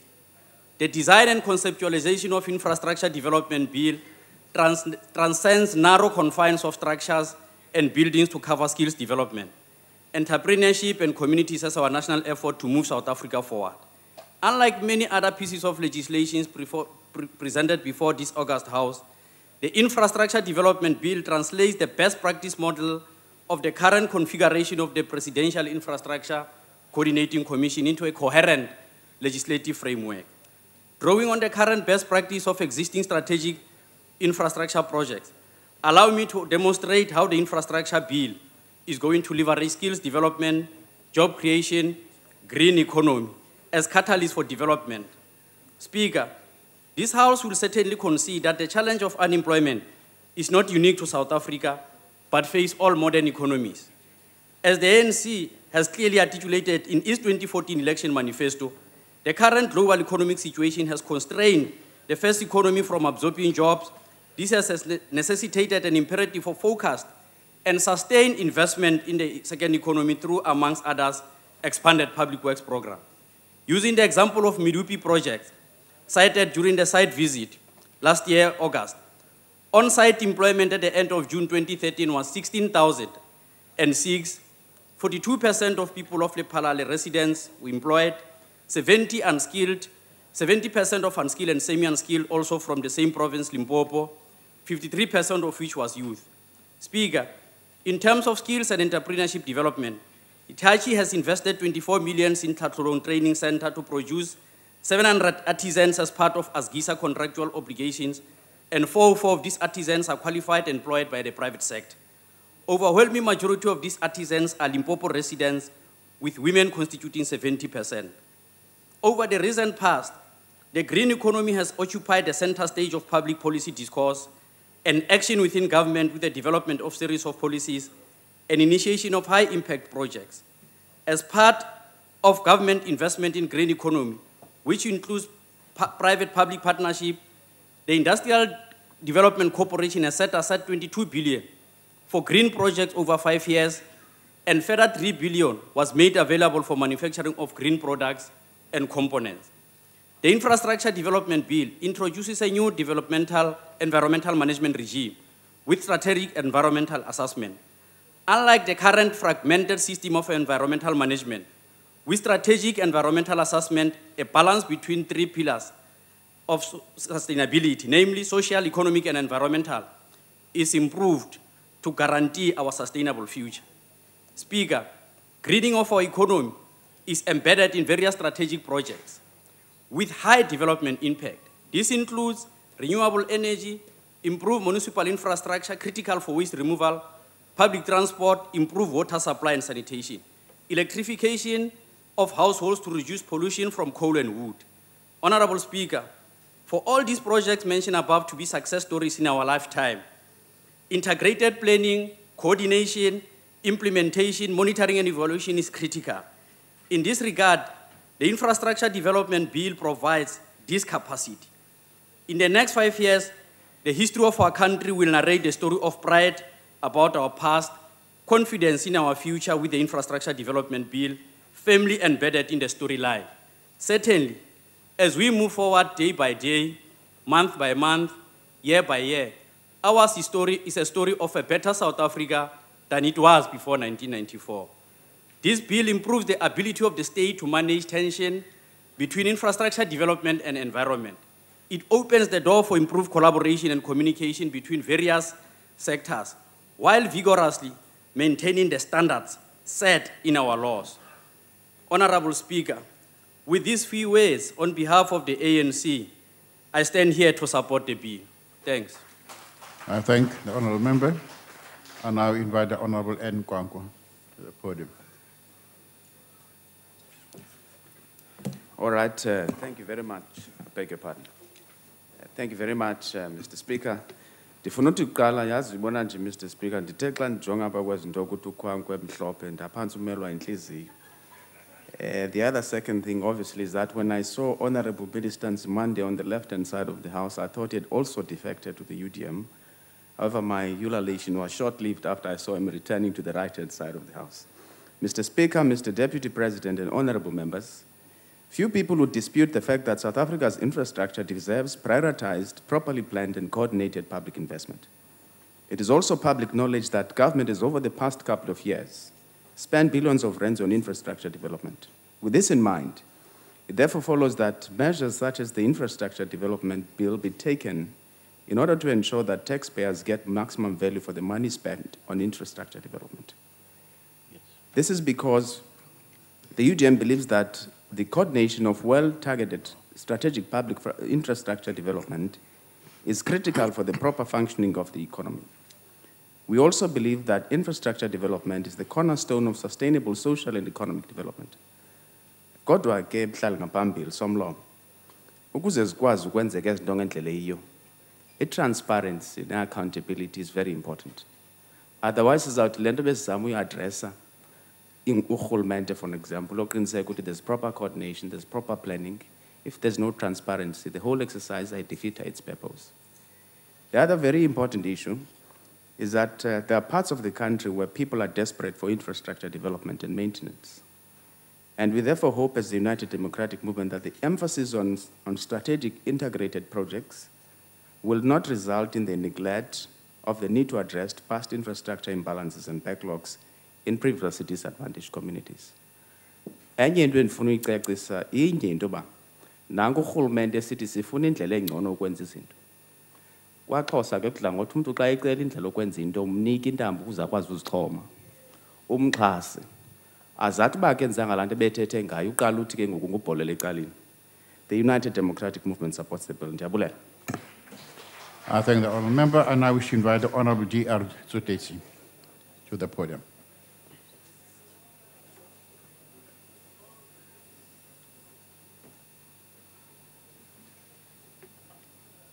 The Speaker, the Deputy President,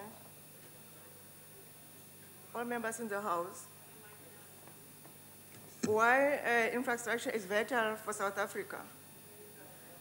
The tabling of the Infrastructure Development Bill today marks a significant milestone in the ongoing development of the Infrastructure Development Program of the ANC government.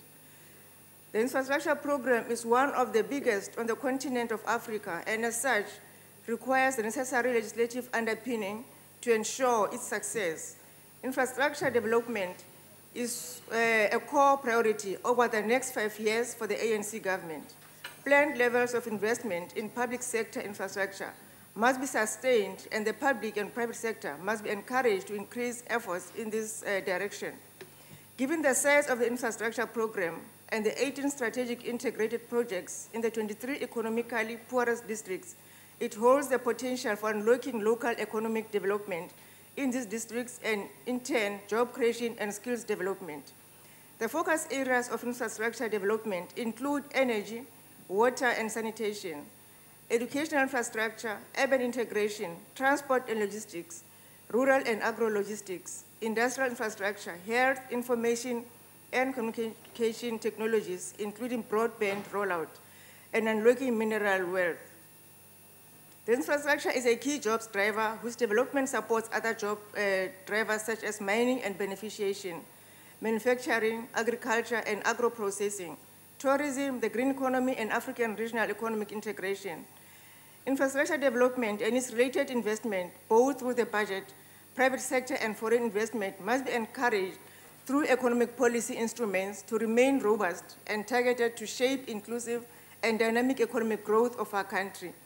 The National Infrastructure Plan must, over the next 5 years, receive the dedicated attention of this House, and oversight should be able to determine the success of the implementation of the infrastructure program and the challenges, as well as ensuring an integrated and strategic approach. The core of the Infrastructure Development Bill is the establishment of procedures and forums to support more efficient and effective public investment in infrastructure. To understand its importance, we need once more to remind ourselves of why infrastructure development is so central to economic and social progress in South Africa, more than in most other countries.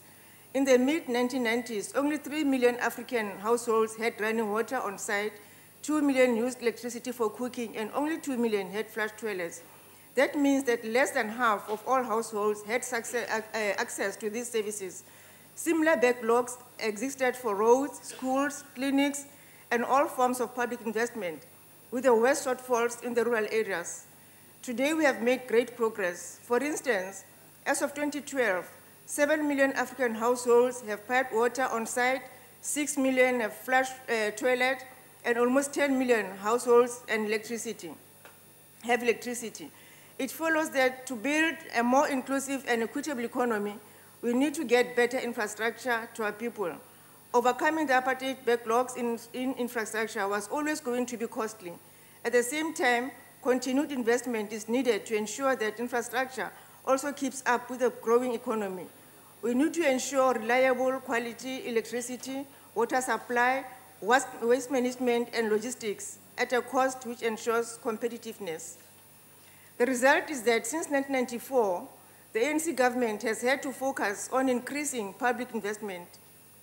At the time of the democratic transition, public investment had fallen to just 4% of the GDP. Economists generally agree it must be between 7% and 10% of the GDP to enable private investment to grow. Today, public investment is at 7.3% of the GDP. The budget as well as our national plans have set a target of 10%. The ANC government has spent more than R1 trillion on infrastructure over the past 5 years, including those initiatives driven through the state-owned enterprises. This is twice as high as the investment under the previous administration. We know as the ANC that the massive expansion of infrastructure combined with industrial policy initiatives will expand the creation of decent work opportunities and strengthen the industrialization of the economy. Specifically, the ANC's theme is infrastructure to drive development and jobs. What this in practice means is that the ANC government will build on the success of the National Infrastructure Plan by expanding investment in infrastructure that improves the lives of our people and grow the economy. The reality is that South Africa has been turned into a massive construction site to lay the basis for Africa's largest economy to expand and for millions of citizens to benefit. The core economic infrastructure of dams, power stations, roads, rail lines, bus rapid transit system, ports and fiber optic cables will help to create an inclusive economy and unlock opportunities. Industrial infrastructure will provide the production base for the future and create opportunities for small business and cooperatives. Social infrastructure of hospitals, schools, universities, clinics, and sanitation will provide the foundation for improved service delivery in urban and rural areas. Rural and agro-logistics infrastructure will include storage facilities, improved transport systems, processing plants for small-scale farming and cooperatives, water systems, and fencing to expand rural production and create sustainable rural livelihoods.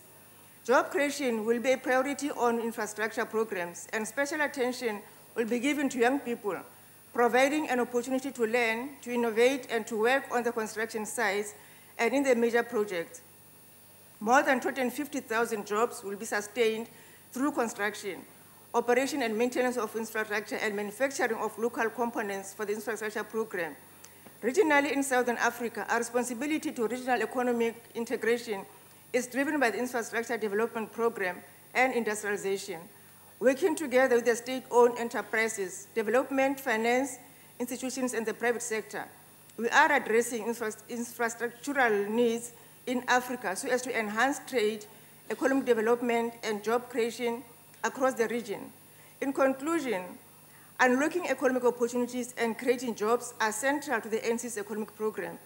Major catalytic and integrated infrastructure projects have been identified in several provinces that will unlock economic opportunities, drive industrialization, and substantially create decent jobs for the benefit of the whole economy.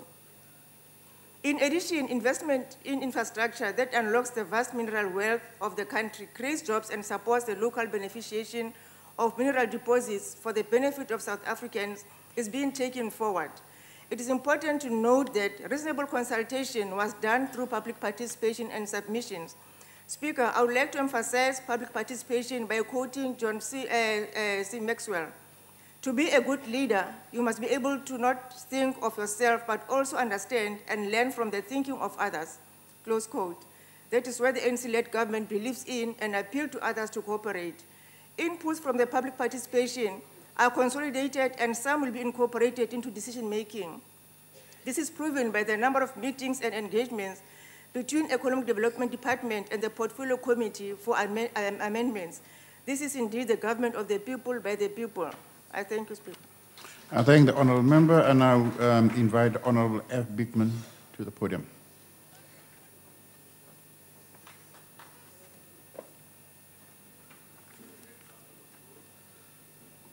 Honourable Speaker, Deputy President, honourable members, fellow South Africans.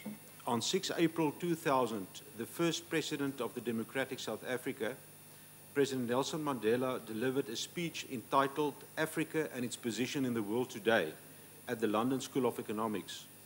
President Mandela said the following: "The achievement of our vision requires rapid industrialization that exploits our scarcely resources and our strategic geographical location.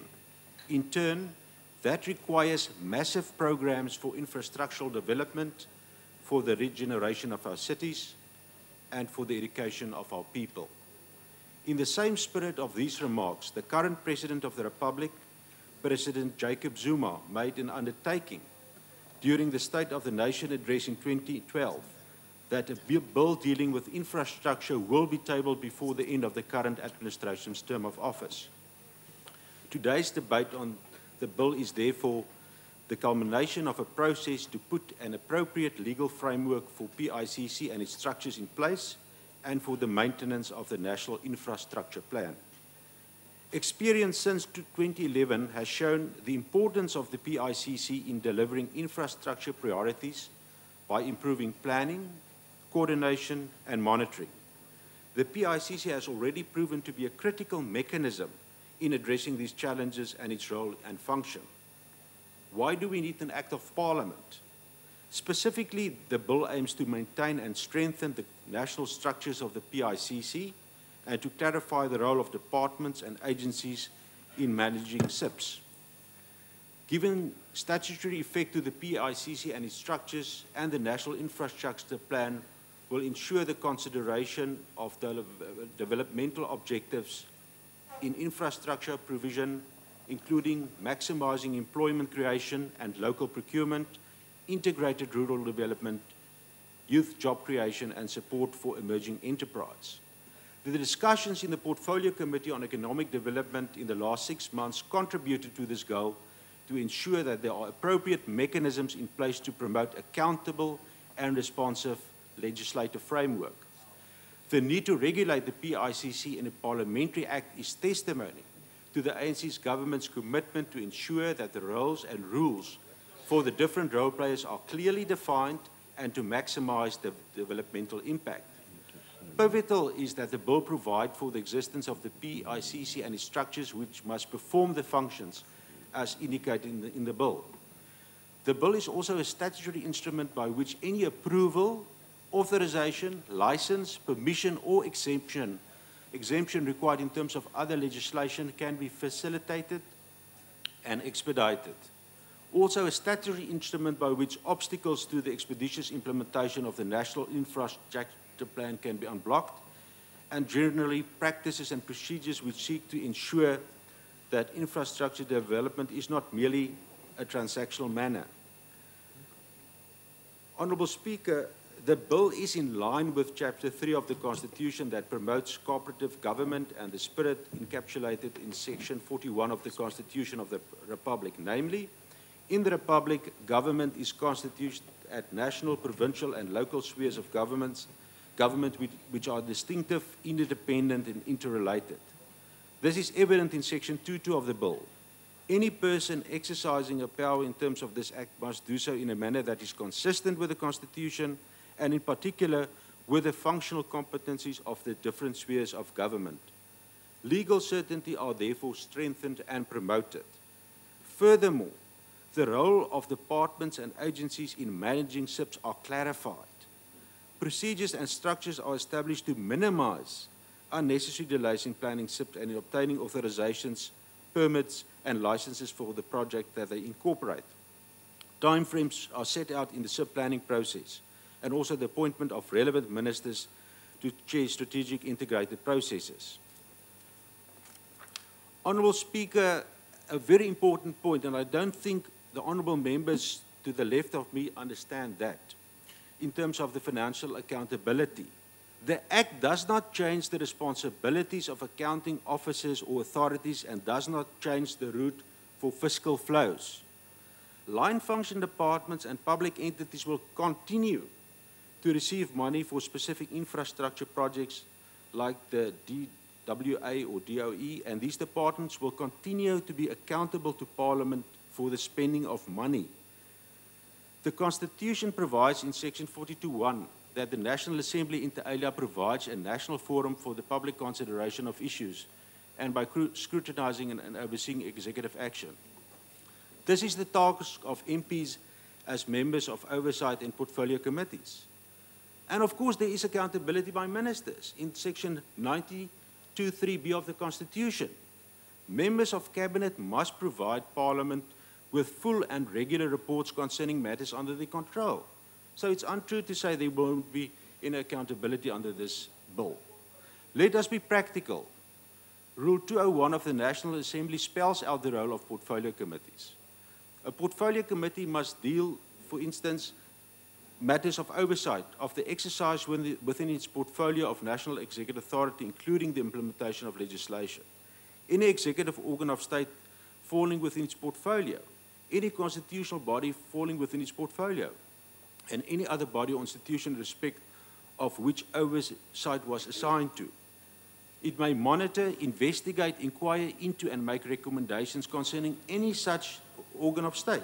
So there is rules and regulations to deal with the matter of parliamentary accountability. Section 65 of the PFMA is also very explicit about the role of the executive authority and accounting officers. The executive authority must table the annual report and financial statements referred to in section 41 and 55.1 and the audit report on those statements within 1 month of the accounting officer for the department or the accounting authority. So therefore, it's not correct to say there is no accountability chain for these legislation. Geen melding, dink ek, word gemaak van hierdie belangrike punte nie. Dit is belangrik om te meld dat in skedule 3 van hierdie wetsontwerp word voorsiening gemaak vir 'n strategiese geïntegreerde projek soos die Saldanha Noord-Kaap ontwikkelingskorridor wat deur die SIPs gedryf word, wat 'n belangrike impak op ekonomiese ontwikkeling van die twee provinsies gaan hê. Dit bevestig die noodsaak van hierdie wetsontwerp om te verseker dat projekte van die aard hoofvlak ondersteuning geniet om werksontwikkeling te skep. This bill is indeed about the future. By supporting this bill, we will ensure that every organ of state will, in its future plans of implementation of infrastructure and spatial planning and land use, that it is not in conflict with any SIP designated by the PICC. We have indeed a good story to tell. In the words of President Mandela, the visions expressed in the idea of the African Renaissance is that of the reconstruction and development of an Africa in which people's lives are constantly and rapidly improving towards standard broadly in line with the best in the world. Mr. Speaker, by supporting this bill, we are giving effect to this ideal. Thank you. Thank you, Honourable Member. The next speaker is the Honourable Khili.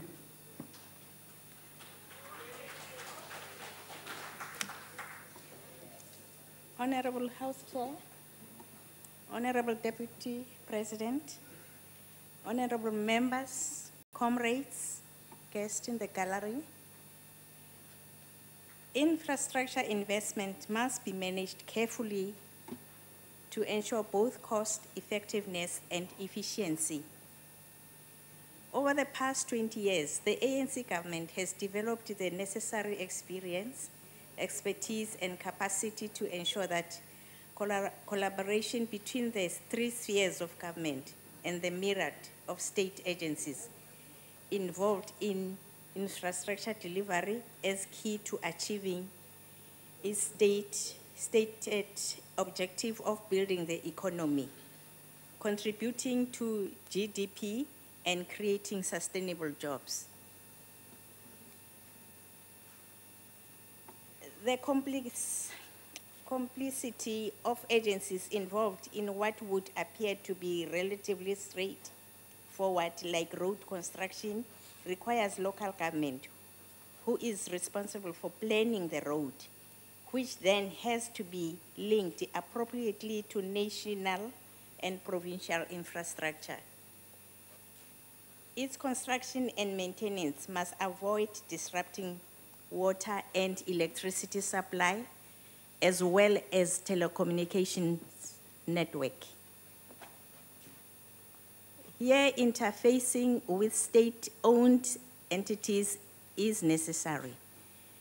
Continuously, throughout the implementation of infrastructure project, there are issues of quality assurance and safety, which require the interface with regulators, including the national and provincial departments that are responsible for the infrastructure. This one example is being replicated every day throughout our provinces and in districts requiring planning, integration with other projects and alignment. Experience has informed the ANC government that infrastructure alignment requires clearly defined priorities that are binding on all parts of the state. Prioritization of needs has to be determined and decisions implemented. Experience has also informed the ANC government that unless you set up easy ways for agencies to talk to each other, consultation within the state will prove difficult and costly. Critical is the daily acts of solidarity between implementing structures to ensure that agencies of the state support and help each other to overcome capacity problems.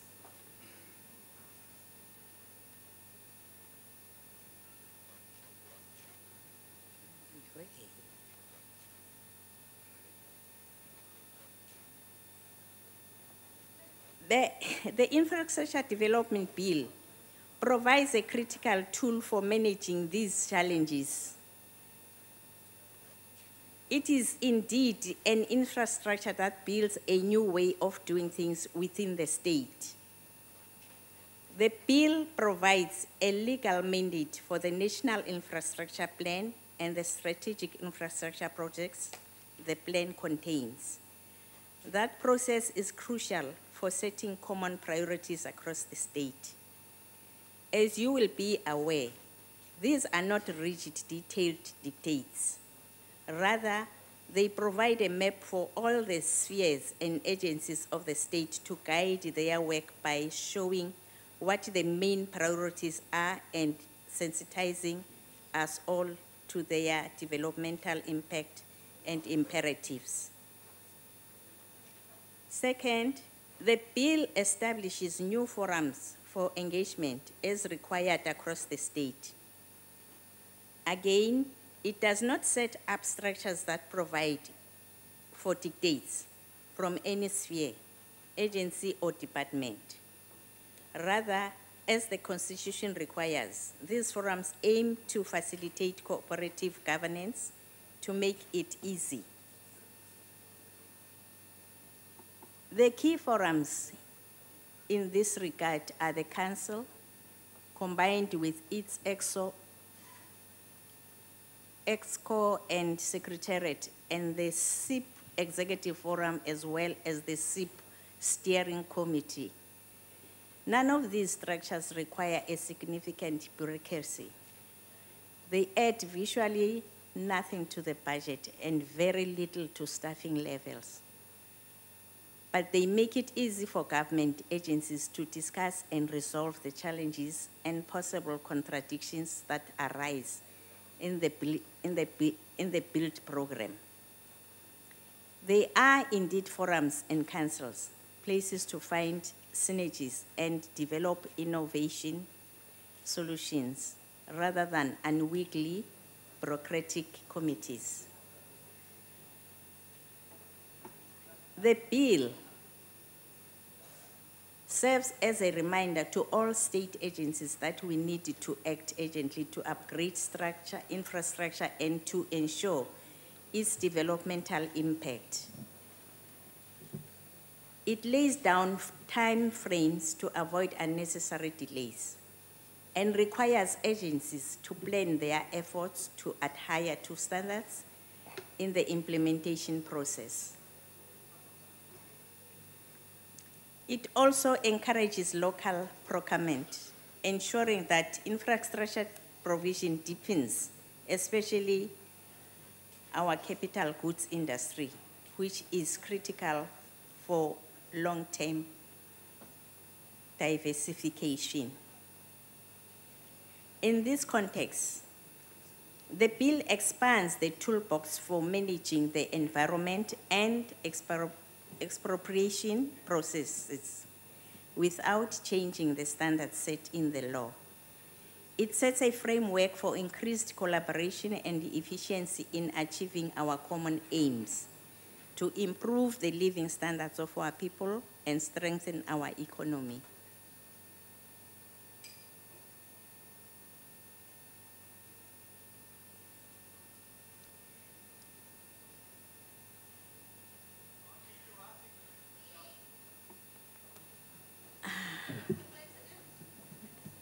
In this context,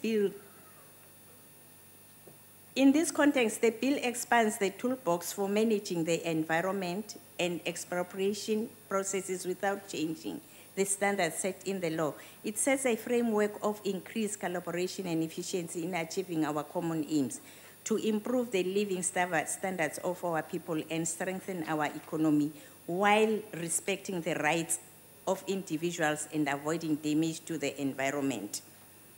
Finally, the bill provides the basis for the state to identify where shortfalls in capacity and resources are occurring and move to address them. It does not do this in preemptive fashion, but rather by providing for more systematic monitoring and evaluation of progress in implementing priority projects, where blockages then occur. Honourable Member, your time is expired. The system of consultation established under the bill enables cooperative network to address them. The ANC supports this bill, the ANC. Order, Honourable Members. The next speaker is the Honourable AP van der Westhuizen.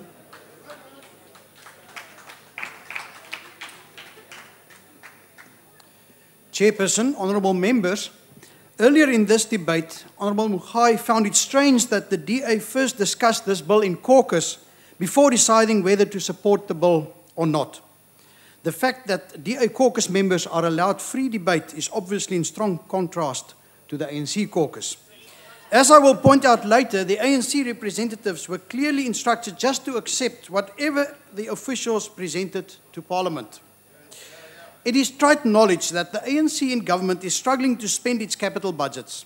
It was stated during the debate on the State of the Nation address last week that the national government has only been able to spend 76% of its capital budget.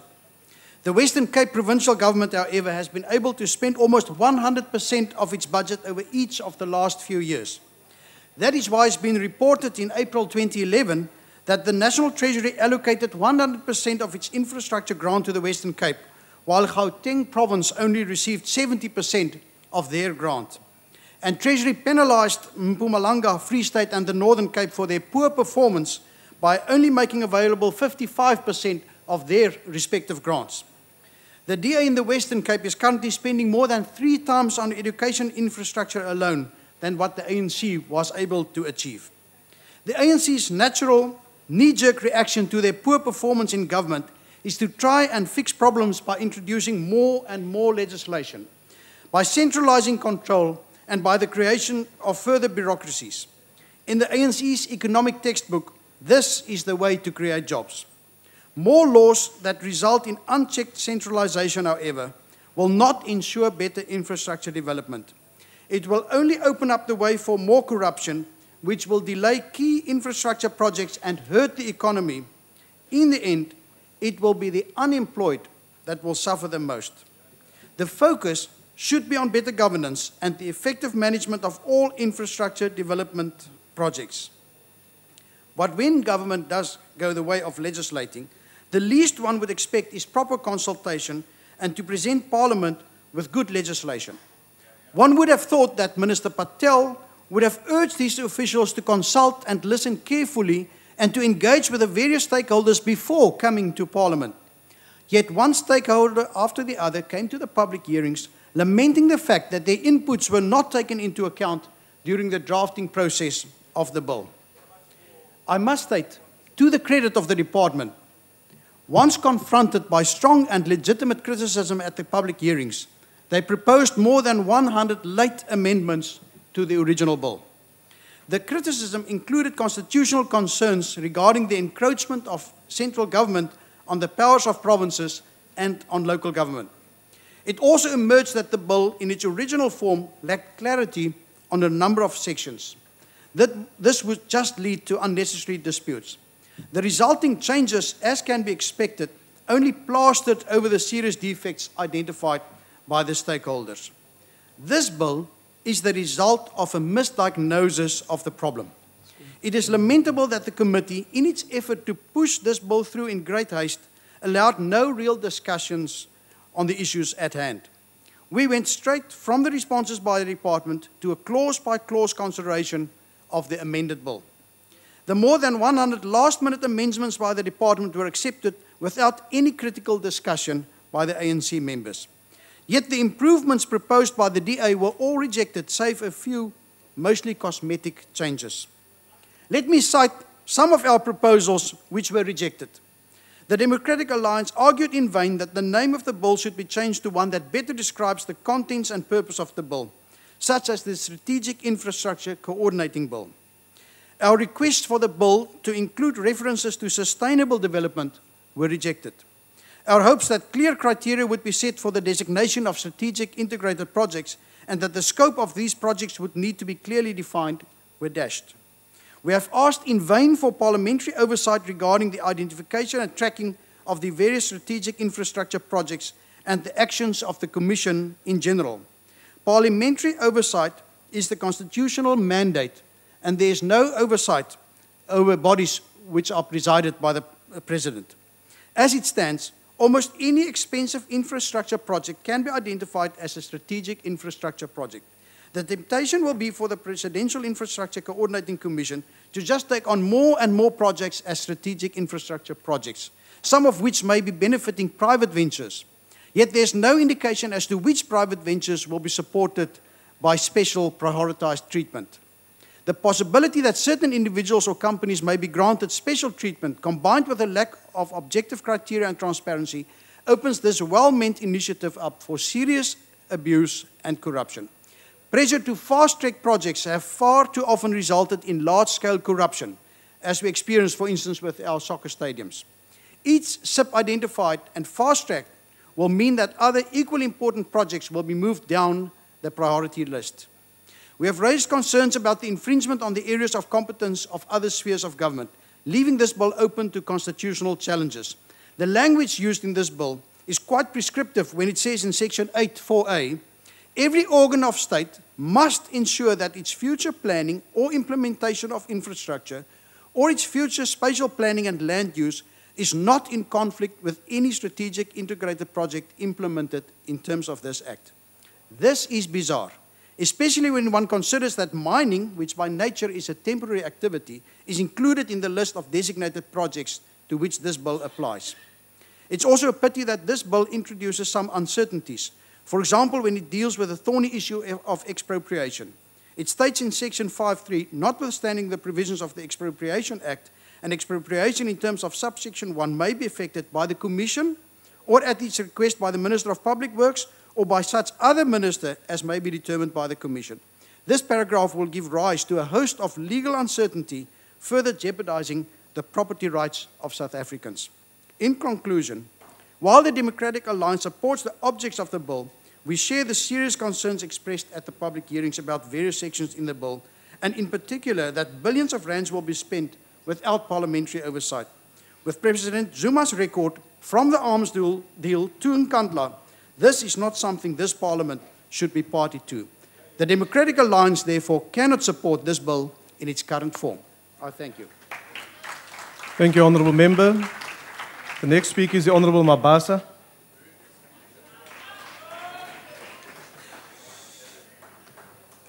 Comrade Chairperson, Comrade Deputy President, Comrade Ministers, Honourable Members of the House, I'm quite surprised that DA changes members after members into committees.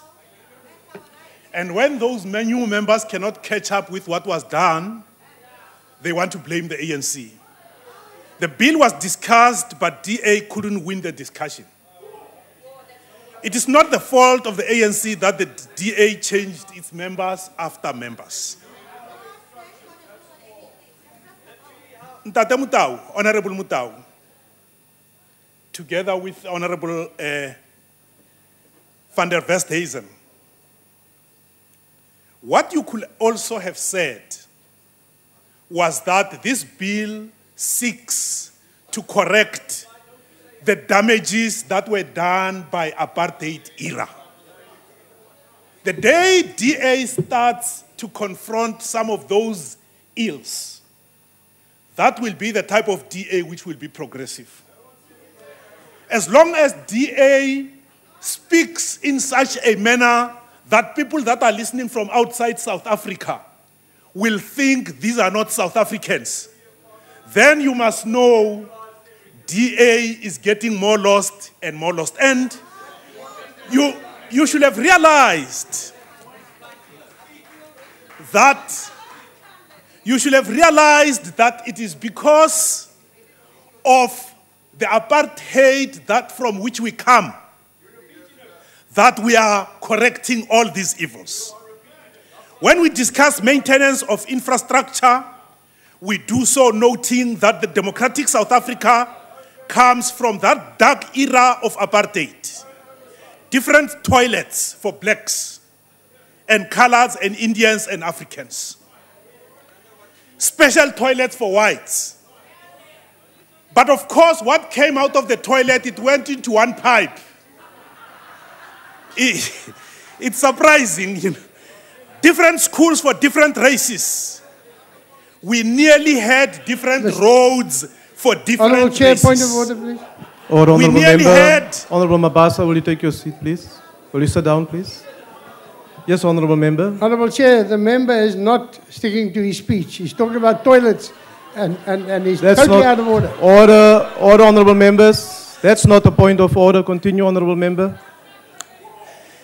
It is these very separate amenities and toilets that confused most white people, and DA members could not escape from that. I pity Ntate Mutau that he will not have fitted into the cabinet of Dr. Verwoerd. He wouldn't. A country's reconstruction and development status is judged according to its ability to maintain what it has. A good parent is judged through the manner he or she raises the children. An unmaintained infrastructure is like that orphaned child that walks barefooted with rags of clothing. We are heaved with praises by the whole world for having an excellent infrastructure that welcomed and looked after the visitors, the 2010 FIFA World Cup population. A newborn baby was conceived and delivered by the ANC-led government. The ANC-led government is well aware that its next test is how to excellently maintain the infrastructure. Maintenance is critical because once a property is too damaged, it becomes too expensive to restore the infrastructure into good shape. Once too damaged, it becomes too expensive to repair. I will illustrate the importance of infrastructure by discussing road infrastructure. Simplistically speaking, a tarred road or a tarred freeway consists of a sub-base, followed by a base, and concrete follows, and finally on top it is tar. What typically damages the road are overloaded trucks, rain that seeps through the cracks and meanders its way into the base. A sinking road is also another cause of a problem. And also dolomite. If dolomite is under the road structure, if water seeps to that dolomite, it causes that road to crack and it needs sealing at a very early stage. The road has to be resurfaced continually to give it long life. Maintenance consists of resurfacing. Order, Honourable Members. Continue, Honourable Member. Maintenance consists of resurfacing, refilling the cracks with tar or with a mixture of gravel mixture. If the above maintenance of the road is not done timeously, a road may have to be reworked from start at tremendous costs. Let's now discuss the maintenance of sewer.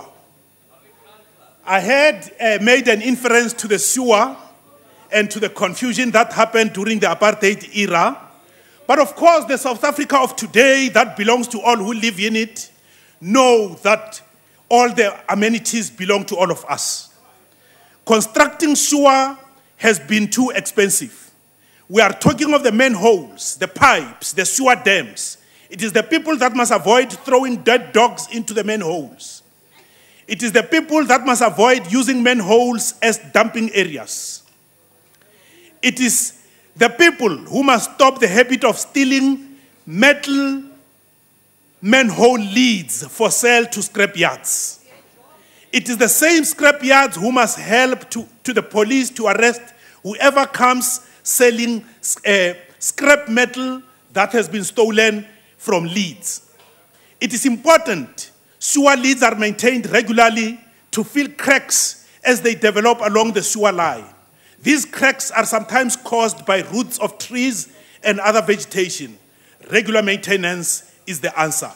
It must be noted that sewer problems are caused by inadequate size of pipes, as apartheid planners planned that only a few blacks must live in townships and rural and towns. Blacks were told, I quote what Verwoerd said here, tackling crime is not the answer. What obviously is necessary is that government should return large numbers of natives and their families to their places of origin, meaning the Bantustans. But you must note that it is the ANC of today which says South Africa belongs to all who live in it, irrespective of color, irrespective of even being a grandchild of all those Herzogs and Verwoerds. ANC says you all belong, we all belong to South Africa. Water infrastructure. Water infrastructure has to be well maintained. The benefit of proper maintenance far outweighs the costs. Aging pipes are to be replaced timeously. The fact that most parts of South Africa can drink tap water is a gift and it's a credit to the ANC that looks well after the infrastructure. Imagine if all South Africans had to buy bottled water. Water is life. Clean water means less illness like cholera. Clean water means few people visiting hospitals, and it means less hospital expenditure. As we plan and budget for the new infrastructure, let's also plan and budget for its maintenance. A balance is needed between the demand for new infrastructure and the plan for maintenance expenditure. Let me now move to one area where I want to say, Mr. Ngonyama, it shows ukuthi uye wabala ku-ANC. Ilanguage yakho iyakhombisa mpela ukuthi once a Buccaneer, always a Buccaneer. And let's go to IFP. You could hear when the IFP spoke that they know what apartheid was. And they know how important it is to create and develop a new South Africa. Ubabu Kwankwa, EUDM, you spoke of transparency. You spoke of accountability. You spoke of backlogs. Awu, mpela uzwe kahle ukuthi lama backlogs lawa amanye ilawa awaqala ngesikhathi saka granddad uFerwood. Honorable member, your time has expired. The African National Congress supports this democratic and developmental bill. Thank you, Honourable Member. Order, Honourable Members. I now call upon the Honourable Minister of Economic Development. Thank you very much, House Chair. Every speaker has highlighted the importance of infrastructure in this debate. There's absolute consensus on the importance. The question is, how best do we speed up delivery? A number of parties have supported the bill as the means to speed up delivery and ensure better infrastructure. It included the ANC, the IFP, COPE, and the UDM. Regrettably, though, one party couldn't resist to get into electioneering mode. On the one hand, it says we need to improve capacity. And then it goes out of its way to resist every effort to, in fact, get Parliament to help put in place a law that improves capacity. On the one hand, it says, make existing structures work better, don't create new structures. On the other hand, it takes the PICC, which is an existing structure, a structure on which the Premier of the Western Cape also serves, and it says, no, no, no, we don't need the PICC, even though it's an existing structure. On the one hand, it says the bill and its vision is not the right way. On the other hand, the government of the Western Cape participates very actively and enthusiastically in SIP number 5, which deals with the integration of infrastructure along the West Coast and the Northern Cape. On the one hand, it says we can't support a bill that fails to give parliamentary oversight. We can't leave it to someone to run things without oversight of Parliament. On the other hand, it fails to see every single infrastructure project, with no exception in the National Infrastructure Plan, will be subject to parliamentary oversight. Let me educate the members of the Democratic Alliance, as I attempted to do in the Portfolio Committee. Take SIP 5. In the SIP 5, you have let me take SIP 3, which is the example we quoted in the committee. In SIP 3, you've got the Umsumvubu Dam. The money that Parliament votes for that dam won't go to the PICC. That money will go to the Department of Water Affairs, and it will be subject to the Portfolio Committee on Water. Take the Umtata Airport runway and building, terminal building. The money that's voted for that will go to the Department of Transport, and that department and that budget will be accountable to Parliament. Take the Mvezo Clinic that has just been built. The money that's voted for it will go to the Department of Health. That department will be accountable to Parliament for every cent that is spent on the Mvezo Clinic. Take every rural school that is built in Umtata district municipality. All of those monies will be voted either to the province or the Department of Basic Education. That department will be accountable fully, completely for every cent to this House, to Parliament. So, what is it that lies behind the concern that the Democratic Alliance says? They say, hang on, this bill will encroach on provincial and local government powers. But as they say that, the Honourable Mutau can't resist acknowledging that the bill itself anticipates that concern and deals with it adequately.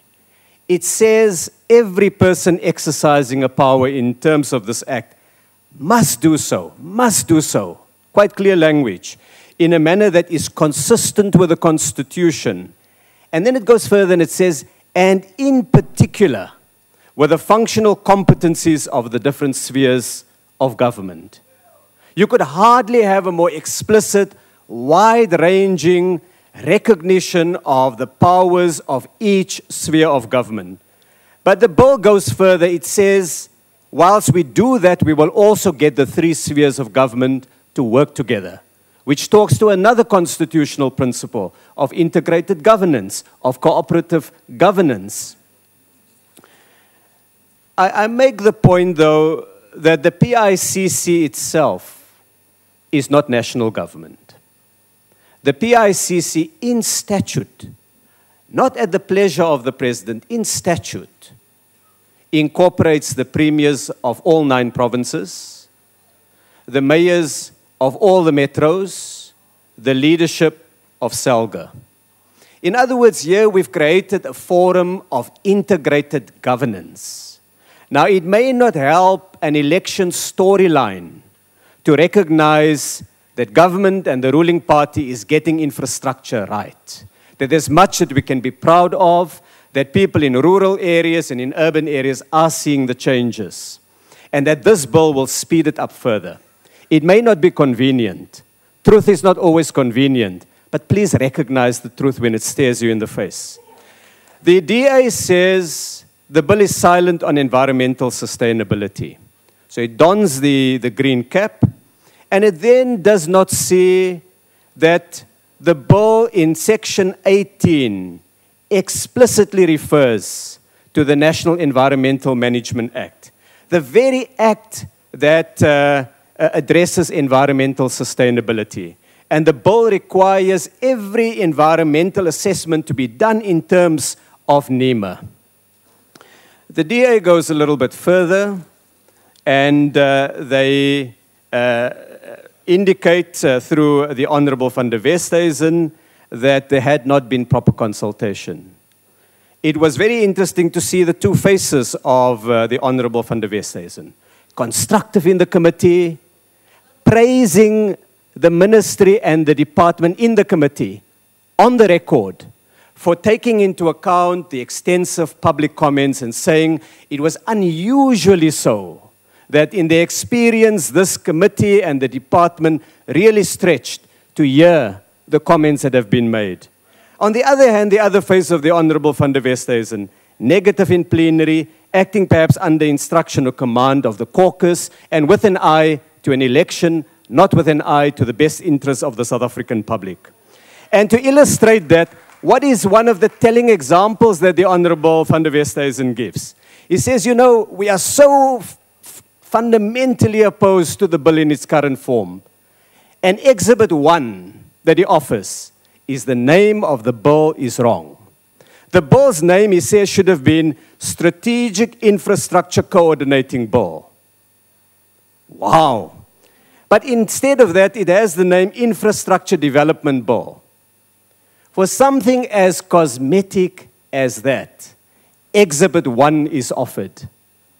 I think it's really something that speaks to an election that does not recognize, yeah, you have a bill that you should be embracing and welcoming and saying we can use it as a South African nation to develop infrastructure to fast-track delivery. The Honourable van der Westhuizen makes a meal of issues of corruption, and I would refer him, as I know he's familiar, with clause section 13.1 of the bill, 13.2 of the bill, 13.3 of the bill, 13.4 of the bill, 13.5 of the bill, 13.6 of the bill. Provisions that deal very extensively with conflict of interest and issues around corruption. That introduces stiff penalties, including imprisonment. Honourable van der Westhuizen says, hey, but mining is included in this bill.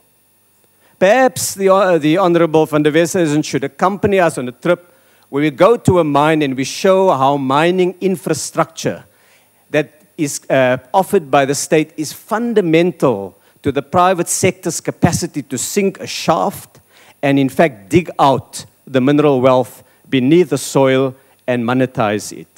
So I think we've had, on the other hand, a number of helpful contributions. Honourable Coleman pointed to the importance of the National Infrastructure Plan. Honourable Ngonyama noted the goal of 10% of GDP to be spent on infrastructure, and he welcomed the clear timeframes and expedited processes. Honourable Schlengwa welcomed the balance that the bill struck between a quickened pace of implementation and the recognition of the powers of every sphere. Honourable Mohai noted the new environmental management regime introduced through the work of the PICC and the Minister of Water and Environmental Affairs. Honourable Kwangwa noted that previously disadvantaged communities, more than anyone, needs this bill and needs the strategic integrated projects. Honourable Soseti explained to us what the strategic integrated projects were, how you combine, how you coordinate When you build a school, you've also got to have a road. You must have water for that school, sanitation, electricity. That's what this bill brings out. Honorable Beekman set out succinctly, very succinctly, why, in fact, the PICC structures need to be given statutory form and how it will assist with delivery. And Honorable clearly noted the role of infrastructure and economic development. So I think, House Chairperson, my concluding comment is that in this debate, we've had overwhelming support for the bill. We know in their hearts the members of the Portfolio Committee from the Democratic Alliance welcome the bill. They think it's a great bill. We know they are under the whip. We understand that, but we think this is an excellent bill. Thank you very much. Thank you, Honourable Minister. That concludes the debate. Are there any objections to the bill being read a second time? I now put the question. Order, Honourable Members. Order, Honourable Members. A number of portfolio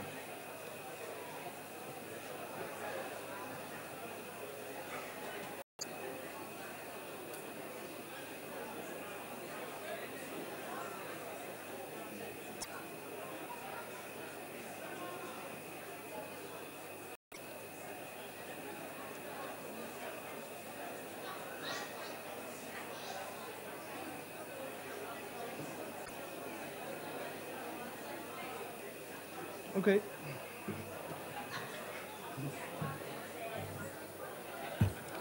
Honourable members, will you take up your seats, please? That some of the screens are currently reflecting blue. Order. Order. Order.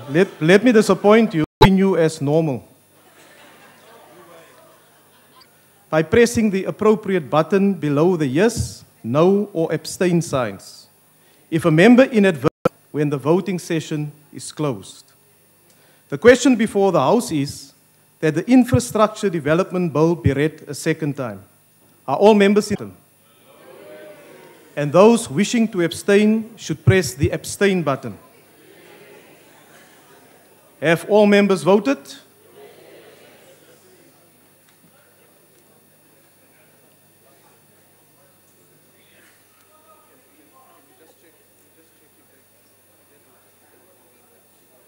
Thank you, Honourable Minister. We're just checking on the system if it's recorded or not, and if not, we will do so. The voting session is now closed.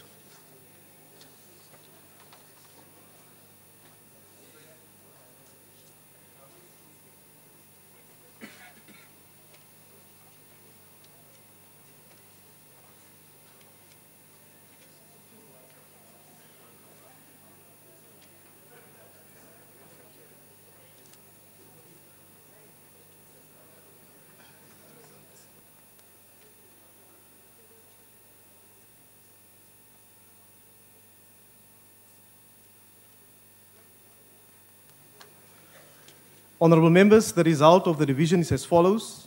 Those in favour 212, those against 55, there's no abstentions, and the question is accordingly agreed to.